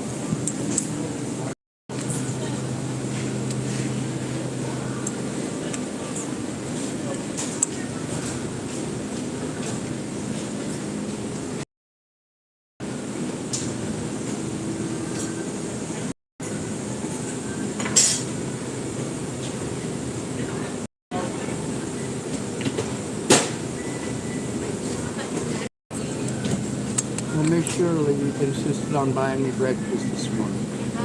Miss Shirley insisted on buying me breakfast this morning. She's going to get half and then she's going to come back and pay for it, she said. It looks like I have an option of chicken or chicken. Yeah? I can do that. I can't very well eat most of the chicken.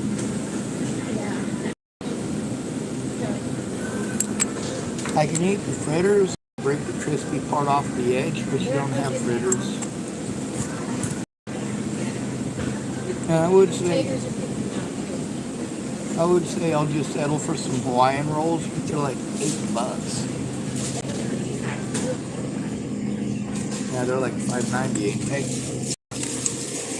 $5.79. No, that's the original one. Anyway, King's Hawaiian ain't the best breakfast anyway. Yeah. Where is Shirley? She went back to get some half and half.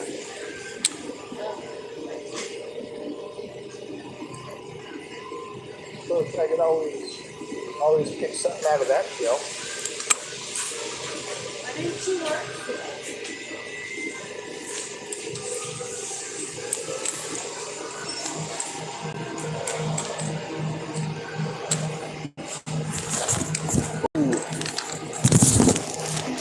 Not good.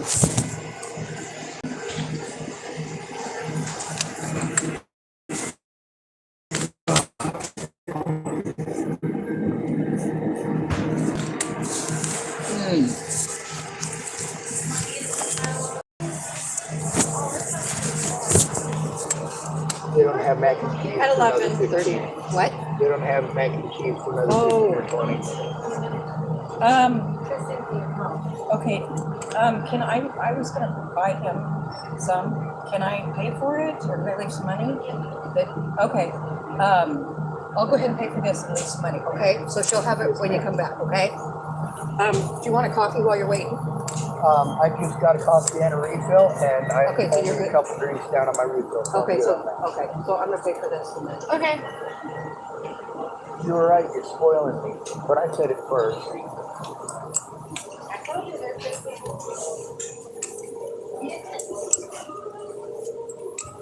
I just like claiming that there's not. I like fire under people's butts when they're a little bit slow on what's important. Yeah. The day we Can I get a burrito with sausage, please?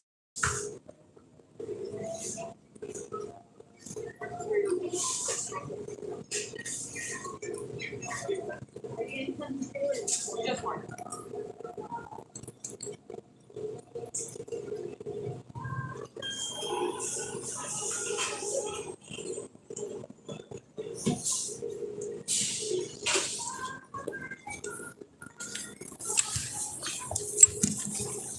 You enjoy it, okay?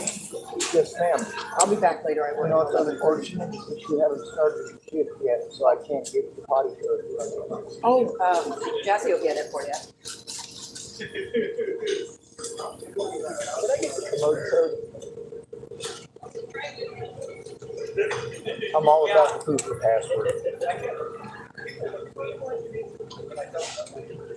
I can remember that.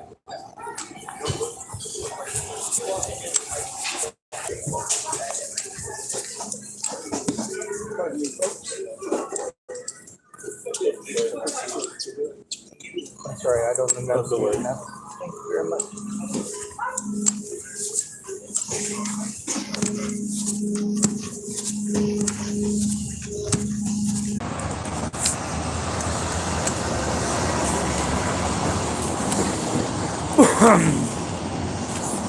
All right, so they didn't have anything out except for just some the boony kind. So the macaroni and cheese is currently getting cooked. It should be ready in about 10 or 15 minutes, I suppose. And then I'll go back in and grab me some grub. For the time being, I'm going to my car to charge up my phone a little bit.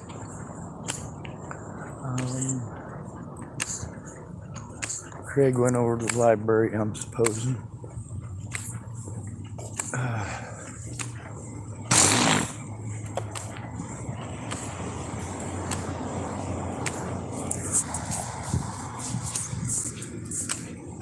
So,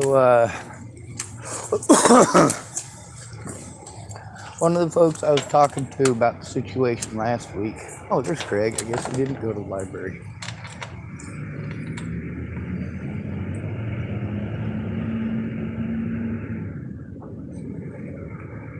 When I was talking about the stuff I was going through, and I started showing this. Well, it was a man and a woman I was showing it to, not just one. But while I was showing it to them, oh, Craig's walking this way.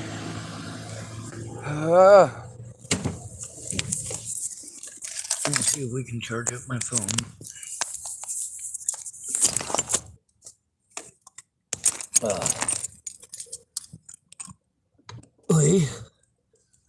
Jesus.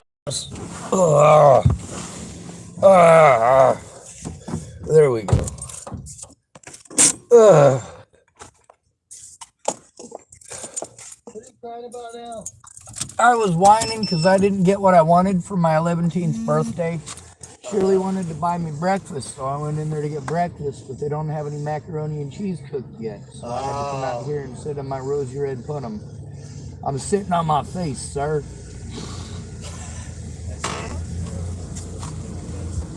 Thank you for that. She's actually really nice. She doesn't give me any problems. She doesn't really talk at me or talk to me, but she also doesn't obviously give me any issues. So Yeah. So that's one of the reasons. What did you get instead of Nothing. I'm gonna go in just a few minutes. She left me $5 to get food with, so Oh, that's nice of her. yeah. So does this town have like a food share program, like a food bank or a Yep. whatever? On Mondays. Mondays. And it's up on 12th, I believe. Mostly, they don't really have it set up to feed homeless people. They have it set up for people in houses who have refrigerators and freezers. Oh and yeah. things like that. They always have a little bit of stuff that you can just eat. Right About 10% of what they provide. Yeah. Mostly, it's if you have a house and a place to cook, it's great. If not, you end up throwing away 90% of what they gave you. No, you don't want to throw it away. You don't want to take it in the first place. That's my problem with homeless people is that why are you going to take a bag of oatmeal and you're never going to eat it? Because Leave it there. They give you the whole box and they give it to you. You don't get the option of leaving it there. Gotta leave it No, there. you can't. When there's rules, you have to follow them, or they're not going to let you have any food next time. Oh. You can't just leave the food on the property. They stack it up a specific way, and you have to accept it in that specific way. That's I told them I didn't want a box of meat because I didn't have a freezer. Right. And they asked me 3 times, well, you sure you don't want to take it for maybe something later? I'm like, later it's going to be spoiled. What good's it going to do me? By the time it thaws out. Yeah, I ended up with basically a full box of stuff that I couldn't use. Yeah. And it's 3/4 of a ridiculous. bag of stuff that I couldn't use between the dried beans and the frozen meat and the frozen bratwurst. I probably could have cooked on my engine, but who wants to do that? Right. Yeah. You know, it's a lot easier and a lot safer for me not to eat shit off the engine. Yeah. It's a lot safer for me to not eat shit to begin with, but you know, some of us are dookie fried. Well, the Adventist Church, they let you pick your food out when you go over there. They have like a little pantry, and then they say you Yep, can, I can't go to the pantry. One of the ladies there named Donna, she decided she was gonna do some wrong shit. Not only did I record her doing wrong shit, I also took her picture so that I could show the cops who it was that did it, because it's illegal as fuck. So what did she do? I ain't saying.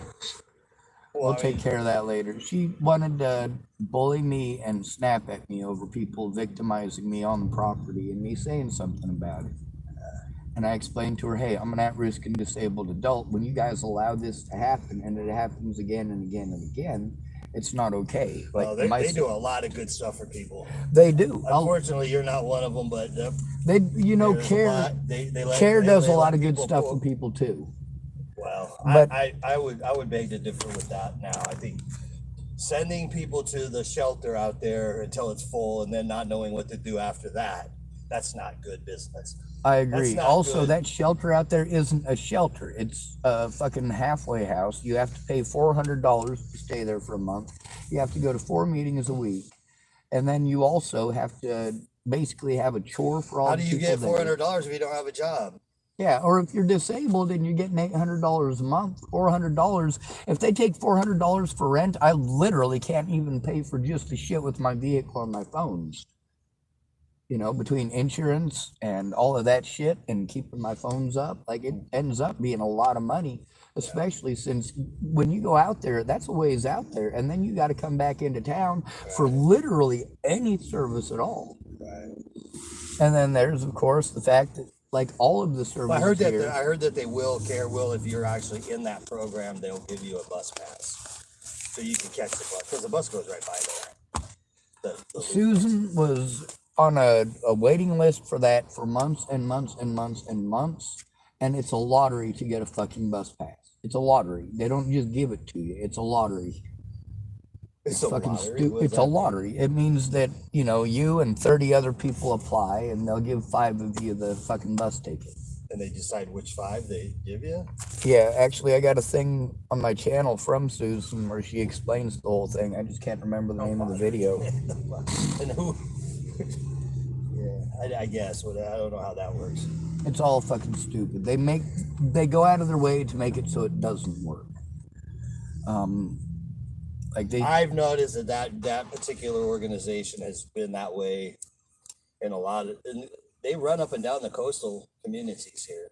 Well, they're closing down all over the place until they got a I guess they got a $500,000 grant. I'm like, you're ripping off people who literally can't pay that shit. See, here's They the don't problem. have the time to have a life or improve their life when they're busy jumping through literally a full-time job's worth of hoops. Right. I told the lady, I said, have you ever been homeless?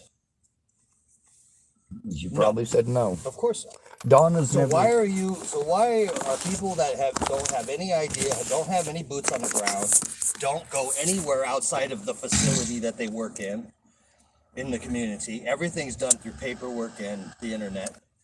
Their communication is all done on the property, not anywhere else. They don't go out into the field and see what's going on.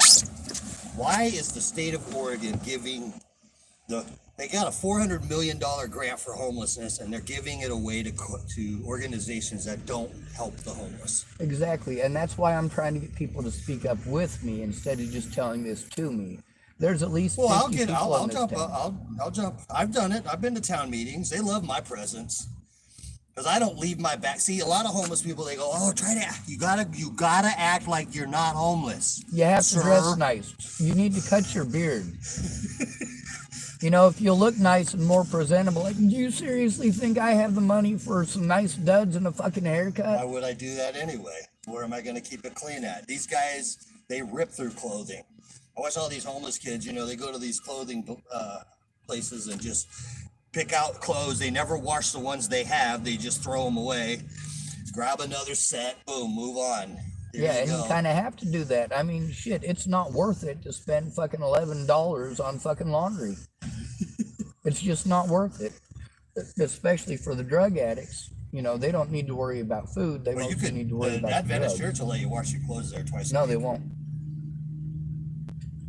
They won't let me there because of the situation with Donna. Oh, Yeah. yeah. See, I get along with Donna. Most people do. The problem is that she fucked up, and as soon as, you can't tell a woman that she messed up. We're expected as men to take it with a grain of salt and listen and try to adjust. For a woman, it's how dare you, I'm going to fucking punish you for saying that. And that's exactly what she did. Yeah. So I decided not to go back. Now, I did eventually go back, and she come out with a shitty attitude because I'd taken her picture. I said, well, I'm going to take your picture again. And I did. I'm not putting up with their fucking bullshit. And you know what? Here's the thing. There are plenty of guys that I knew that never, ever in a million years would have touched my balls. But I had female friends that, even though these guys were the nicest guys in the world, they mostly ignored me. They were nice to me when they talked to me, but that didn't stop them from being sexual That's the predators. same. Yeah, it's just like your buddy over here that's wanting you to go cash his ticket. He's only being nice to you because you'll do him a favor for nothing. Plus, give him a cigarette after I handed him $15. Go buy your own fucking smokes. That's my whole thing. I mean, I only did it because you weren't there, and he was like standing there, and I was like, I'm not talking to you, dude. So here, give me your ticket. I'll walk in there and cash it for you.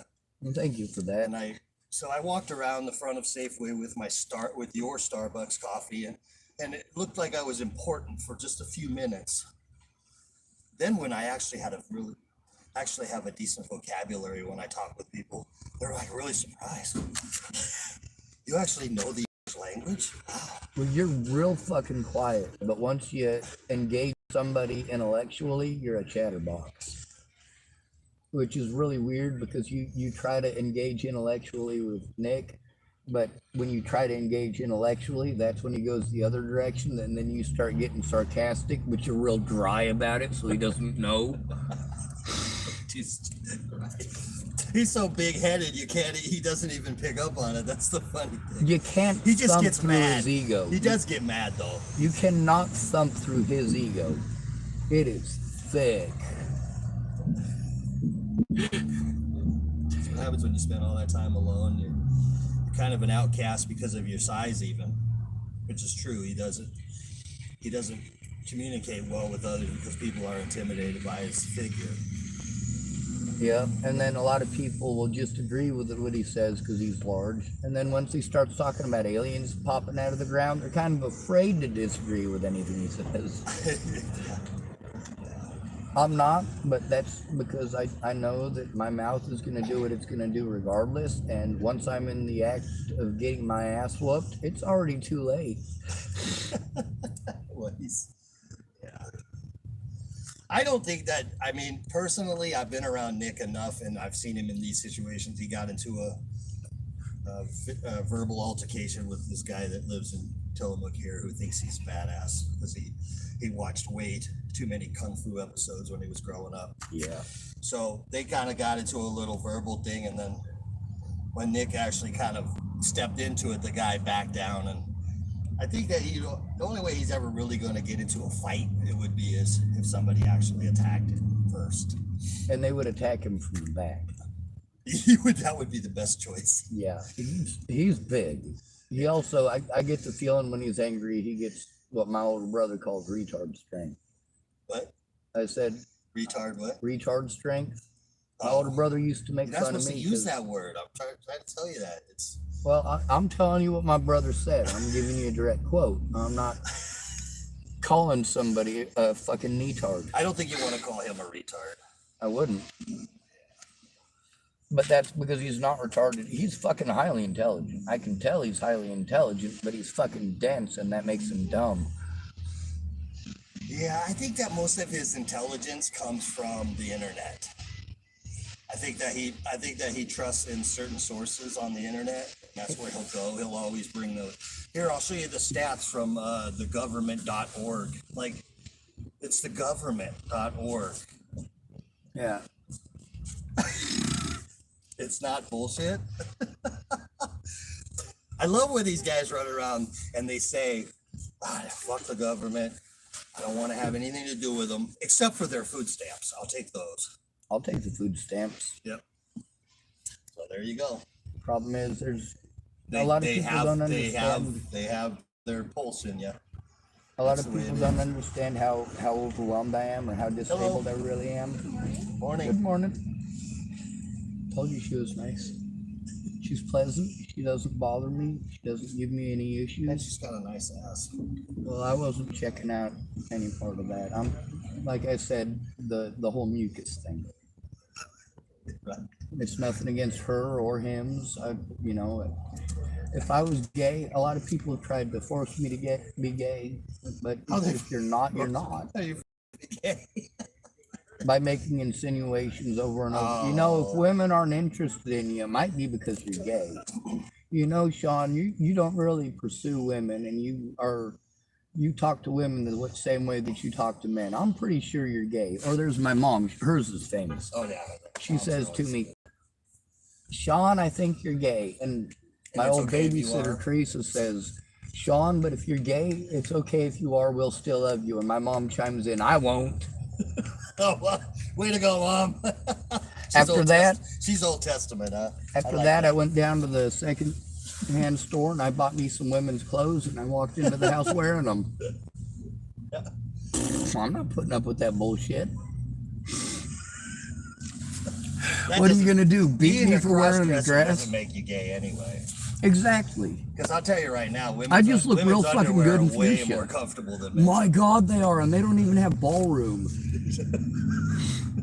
But they stretch nicely, so it doesn't matter. Doesn't need ballroom. Now, the thong thing, I didn't get that. I didn't like that little string up in my ass, but I did like the comfort of the. I don't know. It kind of reminded me of prison. It was homely.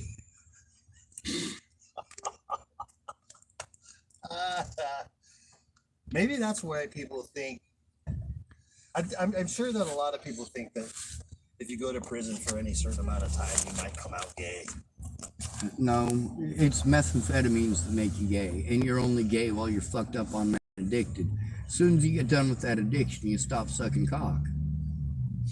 I mean, realistically. So you mean to tell me that if I decided I wanted to get some meth, I could just suck a cock and I could end up with some meth, or what? Not really the way that it works. Usually it's you're already addicted, and they're like, you know what? Well, I just figured since the state of Oregon spends so much money on resources to get people to do what they want to when they're addicted to drugs, I just figured I'd just show up high as hell and go on a bender and then just pull in and say, hey, I need a place to live and a job and something else, you know, and get clean and sober, and I'll. Well, they'll let you do all pull you in, need. but they want you to pull out immediately. You're not going to get any satisfaction out of it. It's just enough to make you go, all right, well, now I can't even finish myself in the bathroom, and I'm going to be stuck here going, what the fuck for the next Well, I was 4 going to hours. become Mormon, but I found out you don't even get the resources for 6 months. You got to basically prove that you're going to be Mormon by being homeless and going through the struggle, you know, of Mormonism before you actually get where they'll give you a house and a job and all that. Because I mean, it was That is how they work. I was at one of their things up there in Astoria. Holy shit, dude. That is the creepiest fucking church ever. I don't know. Okay, so you got the three-headed monster. You got the Mormons. You got the Jehovah's Witnesses. They're right there with some Yep. craziness.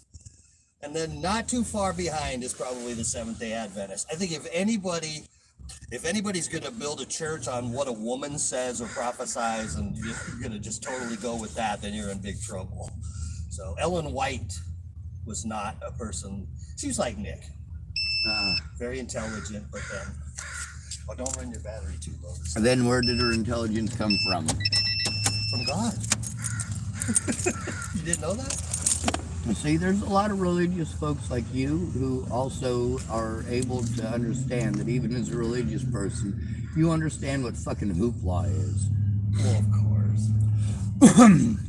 Why do you think I'm out here? I'm not accepted by even Christians, and I'm basically considered a Christian. Well, you're more Christian than most of the Christians I know, but all of the most Christ-like people I know are atheists. Right. I will say that I've probably been helped more often by someone who isn't a believer than who is, for sure. I wouldn't say that I was naive, but I would say that I thought that, once I got out here on the streets, that all these Christians would line up to help me. If I needed it, and that's not true. It's definitely not. That's okay. I do run into like for example, here at the Safeway, I have the same reputation with a lot of the people here that I had with probably about half the staff I interacted with Fred Myers. There's people that like you here, man. There For is. as much as you say people don't like you here, there's actually people that do. There's like a lot of people that do. A lot of people know me by name because I'm good to everybody. But the thing is, down at Fred Myers, when all of those situations happened, it wasn't like here where people were at least somewhat protective of me. Up there, it was most of the people were cool with me, and most of them still talk to me. But at the Denny's, I'm not allowed there. Most of the people that were there were cool with me, but the one person who wasn't made it so that it was a very fearful situation. The one person, well, there was like 7 people over at Fred Myers that were major issues. And then there's one of the managers named Rob. He wanted to pretend he's the store manager, which he's not.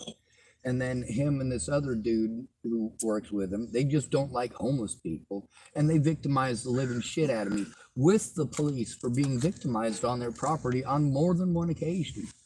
So the thing is, it's not Fred Myers itself that's the issue. It's the fact that Rob is a filthy goddamn cunt rag who's a fucking low down, dirty, fucking self-centered fucking bitch. Like, seriously, anytime that he got abused, it's because he probably is into that shit kind of dude. Like, it was not appropriate. Now, there's other people that he worked with that were always cool with me, but I got kicked off the property because I was victimized. So there's lots of people like Caleb. He's one of the managers that he was trying to help me. Yeah, but get you're one of the people that because you record and you do all those kind of things, your victim mentality is not accepted as a victim. Right. See, here's the thing: is that if I don't record it, let's say I'm making it up. You're considered an activist. If I don't record it, I get treated like I'm making it up. If I do record it, I get treated like I'm some sort of a horrible person for recording it, and they're not going to look at it. And that's the thing: is that I don't record. I'm not abused because I record. I record because I'm abused. That guy Andrew Wolnez, if he hadn't started the shit that he did when I went to turn in the cans, I wouldn't ever pulled out my camera to start recording. There was no reason to. Nobody there had been predatory towards me. Now, there's other people in town that if I see them, I immediately start recording. including some of the people that victimized me at Fred Meyer's. But here, none of the staff are doing the things that they did at Fred Meyer's. The one staff member who's kind of like that, I just avoid. Right. So, I mean, yeah, I understand I do have it in pretty good here. And we're not running around Safeway stealing stuff. Exactly. I mean, I'm one of the very few people that they don't ask to leave my backpack at the front desk when I go use the bathroom and stuff like that. They know I'm not in there doing drugs. Right. They know I'm not stealing nothing. Fucking you like their drug use I mean, about as much as I do. Camera footage to know that we're not. So. Yeah. Well, the thing is, there's a few people in here who are kind of starting to understand a little bit that this is a very ongoing thing. But people need to stop pretending that I'm being abused because I record, because that's not the case. I record because I'm abused, and if I don't record it, I've got no proof of it. No, what my point that I was making. Your point is how they view it. Yes. Yeah, the dude's a douche and he doesn't like homeless people. Any excuse they can make up to fucking harm people. That's what they're doing. But that's very specific people who work there. It's not everybody who works at Fred Meyer's. Caleb is totally cool. Jared is totally cool. Brandy is totally cool. I mean, the truth is that Fred Meyer's is still that store is one of the only major grocery stores that still has a microwave and a seating area. Yo. Because that was one of the major things they did was they tore down the seating areas during COVID, and then, of course they took the microwaves out because they didn't want homeless people coming in there heating up their food. And that's the thing, is that we're denied the most basic of resources, right. And then we're given stuff that requires those most basic of resources. What the fuck are you gonna do with a bag full of goddamn dry beans? Exactly. What fucking good is that gonna do you? That's what I mean. And you have to take all 3 bags or you don't get the box because they already pre-sort it before you get there. And then they get annoyed if you say, I can't eat that and I can't eat that. Can I leave that here? Like, you're just making it complicated on us. Why don't you just take it? Anything you can't take, give it to someone else. I hope I don't bury it, because if I bury it and one of those fucking hamburger rolls falls out, and then I'm able to throw out all of it, but there's that one hamburger thing, then I'm fucking in here smelling hamburger for a month and a half because I can't physically dig out the fucking thing. And people don't understand that. They don't, when they see me stop and rest, it's because I'm physically exhausted. When you've done it, you've been at the little cheese dick jobs for way too long, being a pencil pusher, and then you have to get a manual labor job, and it's a real manual labor job. End of the first day, you know how your body feels? Right. That's how my body feels literally all the time. So anything that I exert on top of that is just fucking hell. But I have to, I try to be pleasant and make jokes. I am fucking severe pain every goddamn moment of every day. I'm thinking about blowing my head off every moment of every day because I'm in pain. But I try to be, you see how hard I try to be pleasant. It's hard not to snap at people when you're in so much pain. It's hard not to yell at people for not understanding for months or even years while you're going through this, and they're blowing you off because out of sight, out of mind. It's fucking hell. Yeah. And then of course I'm a homeless person. A couple of the people who work here at Safeway say they got to deal with the same thing when they go to the hospital.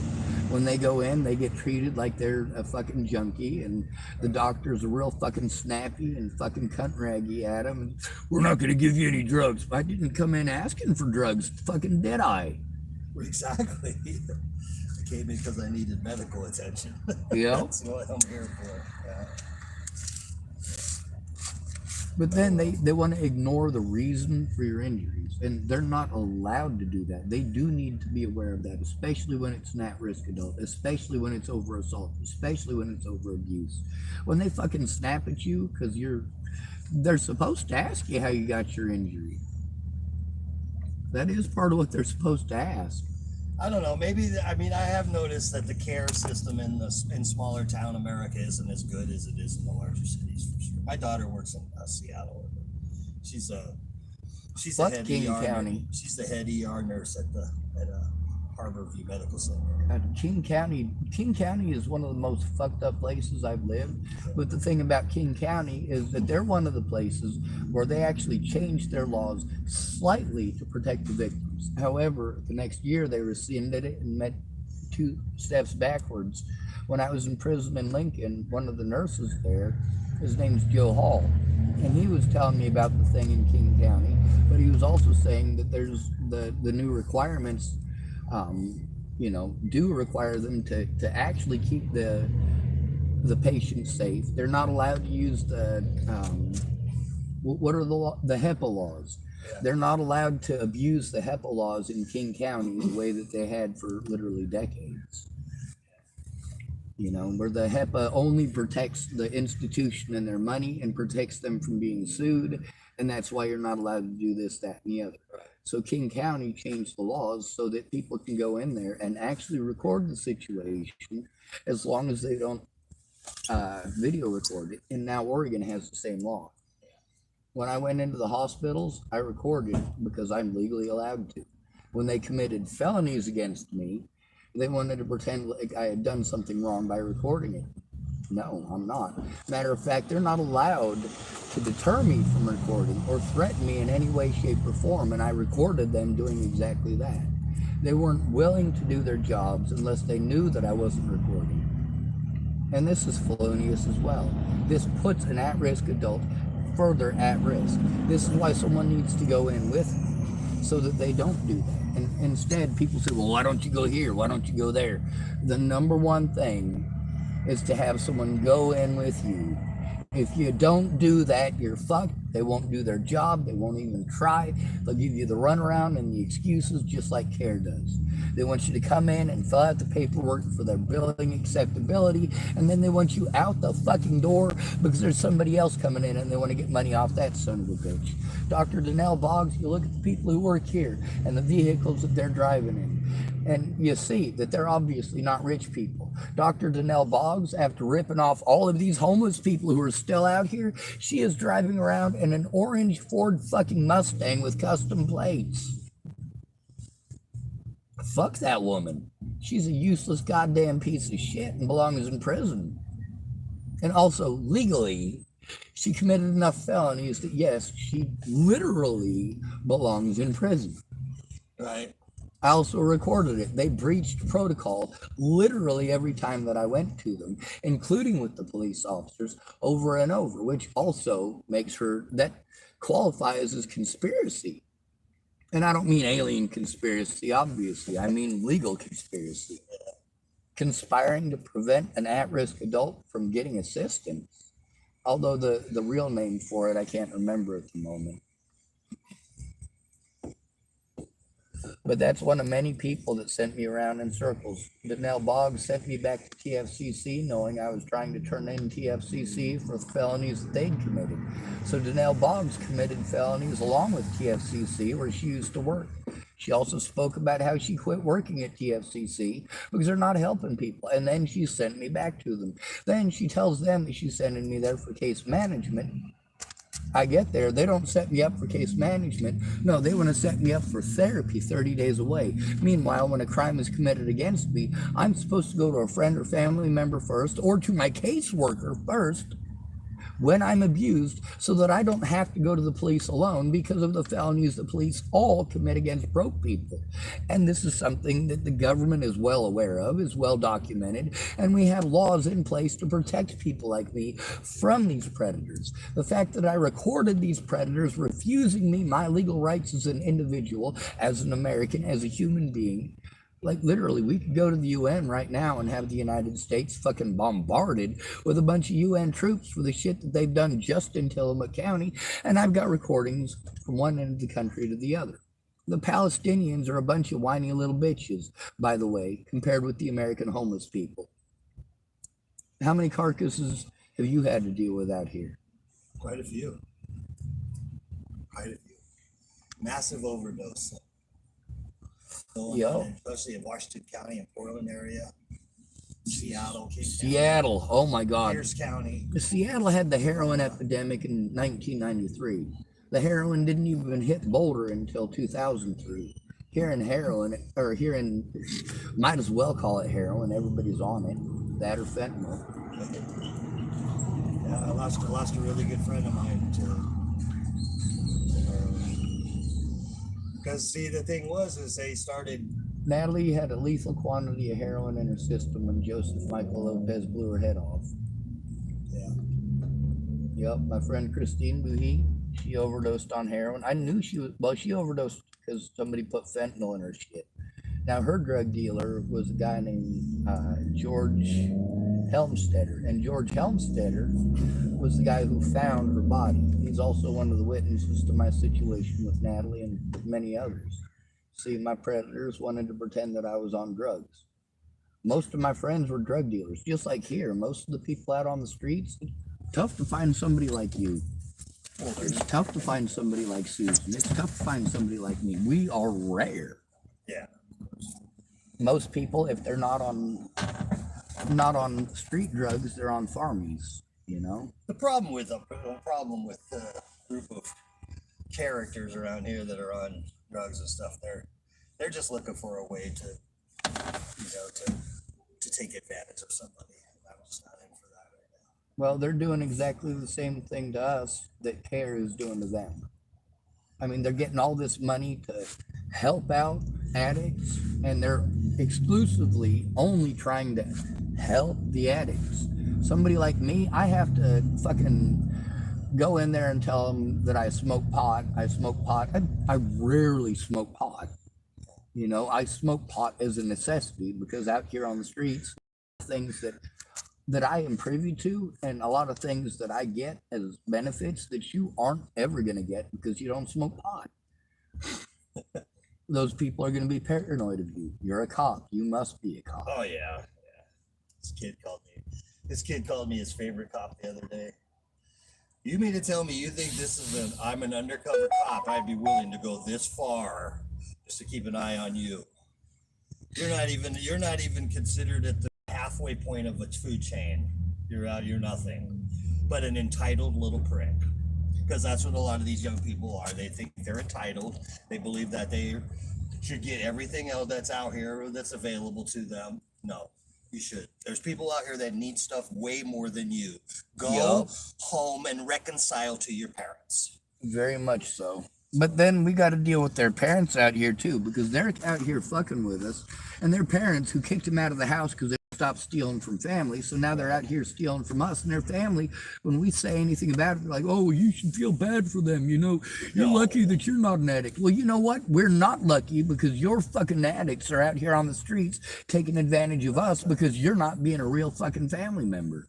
They need help, actual help. You berating them and talking down to them is only going to scare them away and get them to do more drugs. With Natalie Bollinger, she was trying to quit the heroin. But you know what? Her family kept on, just like the mentally ill tag. If you're an addict, they'll use that against you. Every time that she had an issue with her ex-boyfriend calling her up, threatening to kill himself again, or she tried to turn in what was going on with her dad or what her Uncle Troy had done to her. Every time that her family, a bunch of heroin addicts and a bunch of meth addicts, a bunch of alcoholics and a bunch of child molesters are telling her that everything is her fault because she's a heroin addict. And yeah, that's what made her suicidal. When I planned the trip to go see her in Virginia, it wasn't because she was suicidal. When I finally went, it's because she called me up at like fucking 2 o'clock in the morning. She says to me that if I'm not already on the road, all right, it wasn't 2 o'clock in the morning, but she calls me up and she says, if you're not already on the road, I'm going to kill myself. I didn't hear from her for a day or two. Next thing I know, she's sending me pictures of her legs. She tried to fucking kill herself because I wasn't already on the road. So I made sure I went there. And the whole time she's telling me, you know what, no matter what, my family just blames it all on heroin. No matter what. Right. When they do something fucked up to me, it's my fault because of heroin. I'm like, but your family's on fucking drugs too. That's kind of like my mom. She's got Munchausen by proxy. If you know anything about that, it's really fucked up for the kids.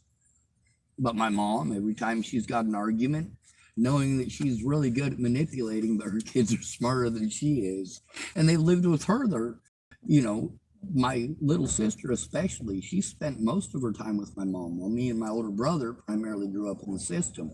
We can fuck shit up. My sister can manipulate the fuck out of people, but my mom, she can't manipulate any of us because we know her shit. We are well versed in it. We grew up in the system. We're not stupid. And now she has to play like she's got irritable bowel syndrome. If she loses an argument, she says, I just shit myself. You see what you made me do? Holy hell.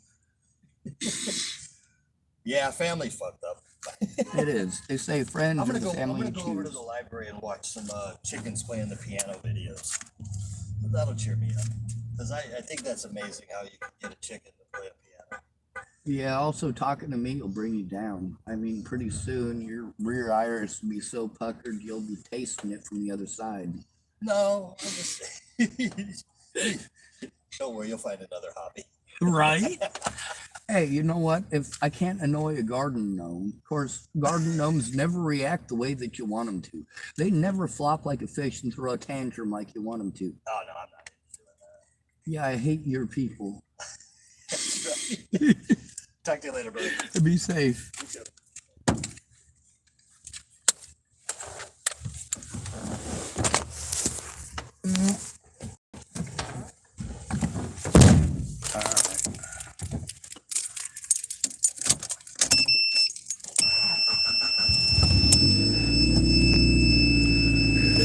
My people go.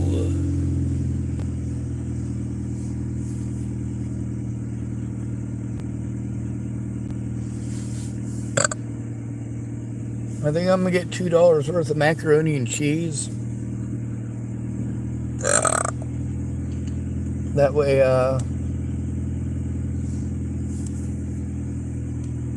holy hell. Oh my god. Oh my god.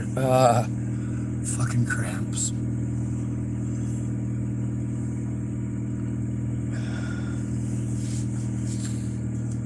The situation with a lot of these services, like Craig is talking about, it's a very real situation.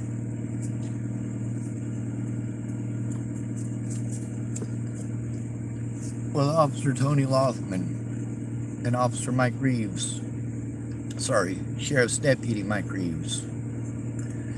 There's a lot of people who are recorded on my channel speaking about the abuse by those officers, including sexual harassment.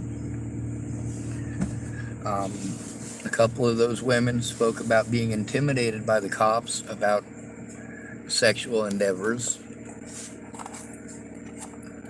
Now, the real important one is the lady who, you know, a lot of these women out on the streets, the only stories they have, they're not of actual sexual abuse. Some of them, you know, did things with the officers because the officers gave them the drugs that they wanted. But the lady who's real important here is the one that was raped by one of the officers. She's credible. And that's the thing that makes her so important. She is credible.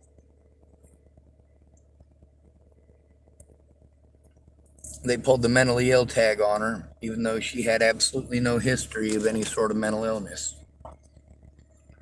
From what she was explaining to me, she was one of those women who felt that she was lucky because she was never molested by her parents, never molested by anybody, never raped, never anything like that. She lived a pretty good life until she ended up homeless.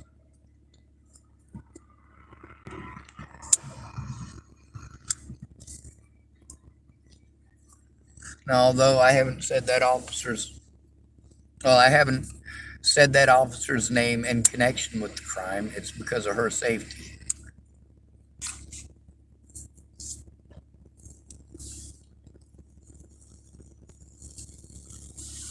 Also, like I was explaining to Craig, your experience with somebody may be completely different from someone else's.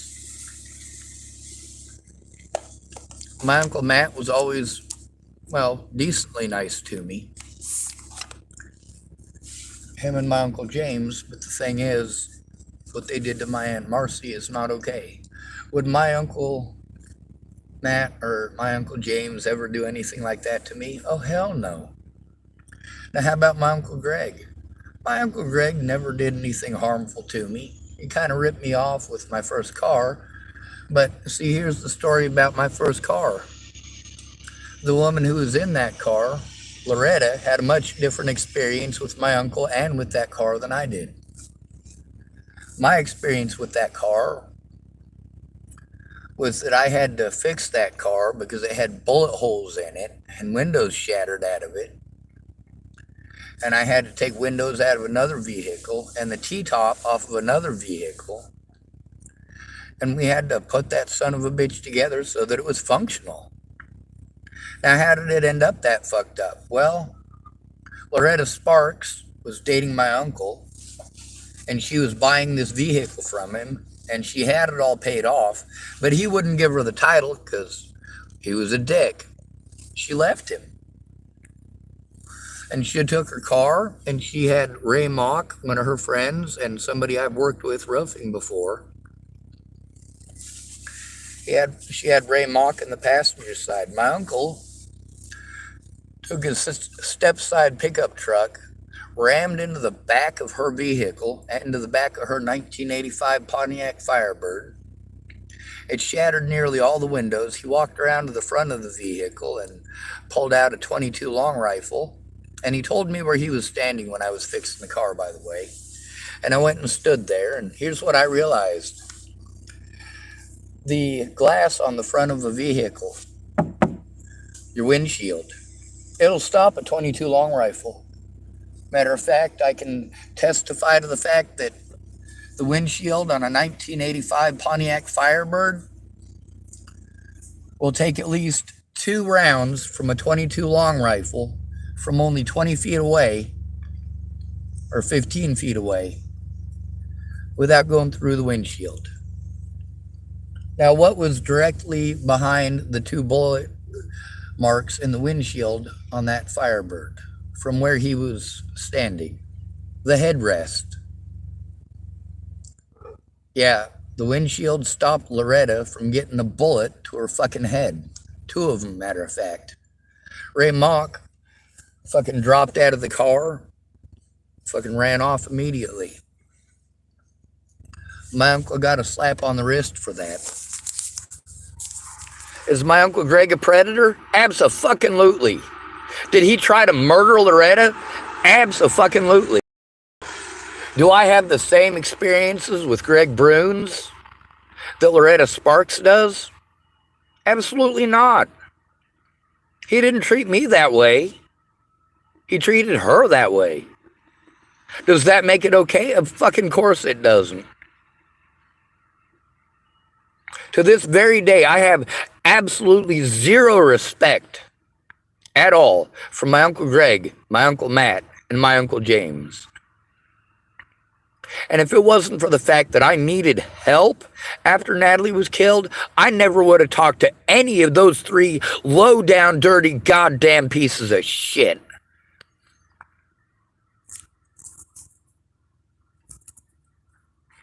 Also, I'm not Rain Man. I'm not some Hollywood rendition of autism, played by Dustin Hoffman.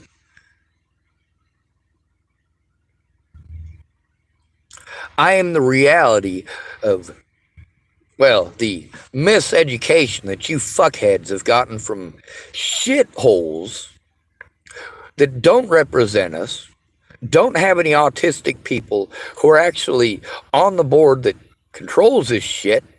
Places like Autism Speaks. Fuck Autism Speaks.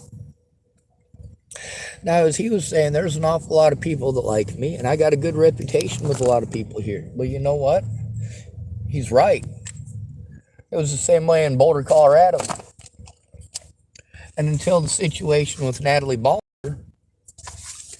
yeah, the way the people treat me here at Safeway, that's how almost everybody treated me except for the police. The police hate hobos. They harm us frequently and often. And if you have a hobo friend who is telling you about their issues, they probably need help. That's probably the reason that they're spending the time and taking the effort to tell you about it.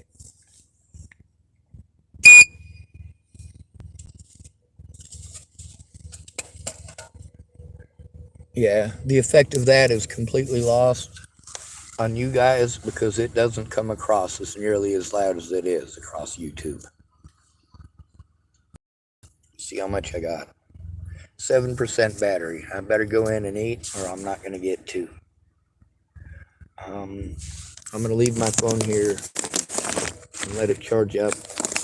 I probably shouldn't. I should probably make sure that every time I go in I record it because you never know. Sometimes there's that one person who has an issue, and a lot of times that's all it takes. Everybody was totally cool with me at the Starbucks in Cheyenne, Wyoming, with the exception of one person there who was an assistant manager, but the manager liked me. The assistant manager was a homosexual who was angry because the safe place policy is only for gay people, apparently. Which ain't the truth. That's what it was started for, but it's not exclusive for.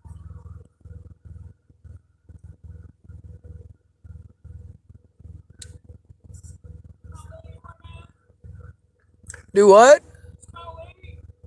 I haven't.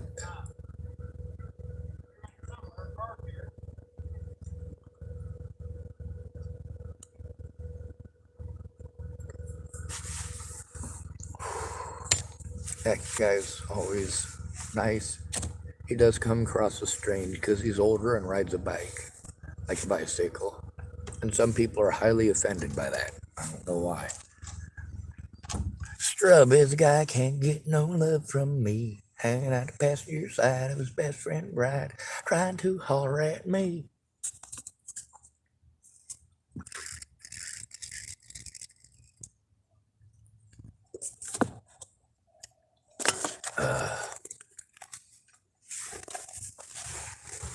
All right, let's make sure that I put my PPD in here, just in case. That stands for personal protection device. Make sure I take my other one, just in case. If I miss with this, or it has no effect, at least I got the taser. 2 million volts is what it claims.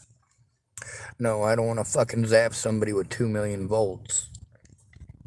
The taser they shocked me with in the Scottsbluff jail was only 250,000 volts. It didn't have the effect they wanted it to. Why didn't he go down? Because you zapped me in the arm through the door. You only got contact on me here. You didn't get contact to center mass. Center mass does a lot more because when you zap somebody in the arm, it'll zap them from the arm all the way down to their toes. But it goes path of least resistance. When you get them in center mass, it zaps through their internal organs, which is even more fucking painful. Just saying.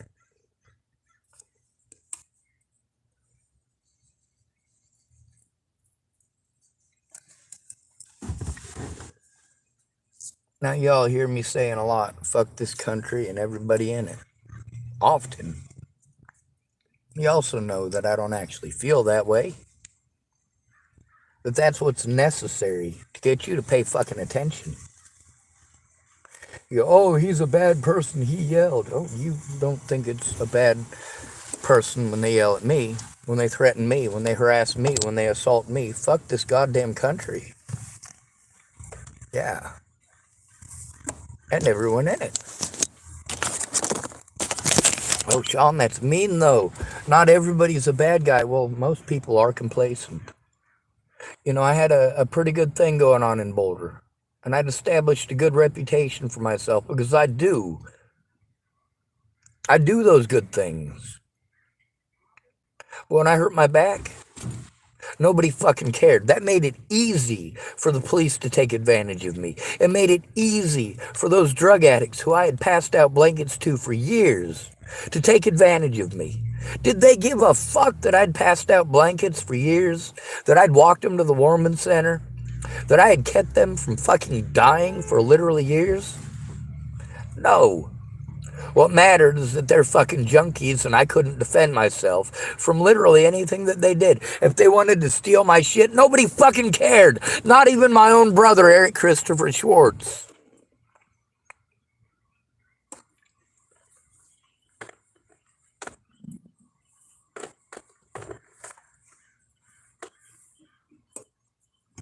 Where the hell is it? Oh, fuck it, we'll use this one.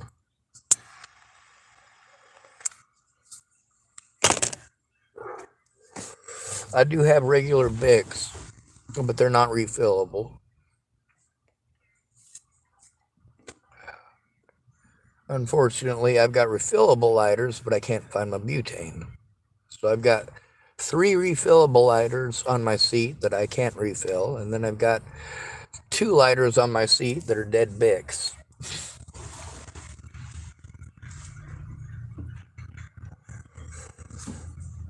Now we can go into some of the crimes that my dad committed when I was a child, and there were a lot of them.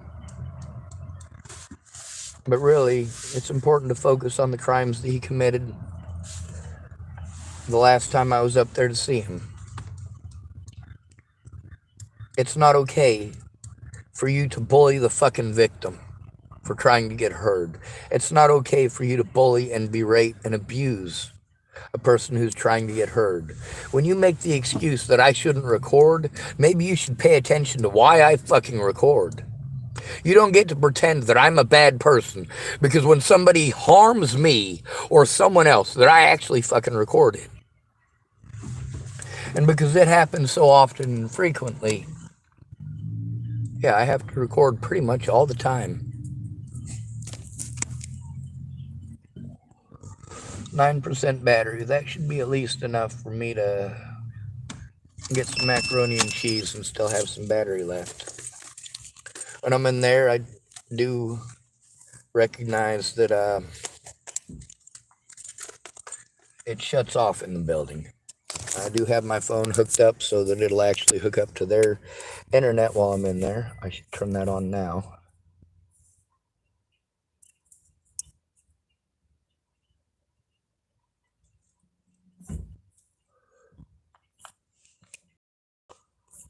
Ooh. Both Hood River and Tillamook County were just in the news because of change in legislation.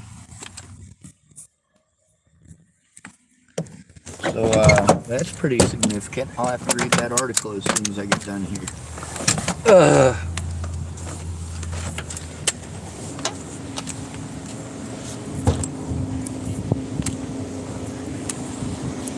Anyway. Oh God. Alright, YouTube, I'm gonna ditch you. Apparently the lady I'm supposed to go in and get my food from is apparently allowed to have breaks. I don't understand, like, why don't they just flog these people like they used to? Good to be rid of you. Thanks for coming to visit. Stay out of trouble or don't get caught. Remember, you are your brother's keeper, and your sister's too, and no victim left behind. Amen.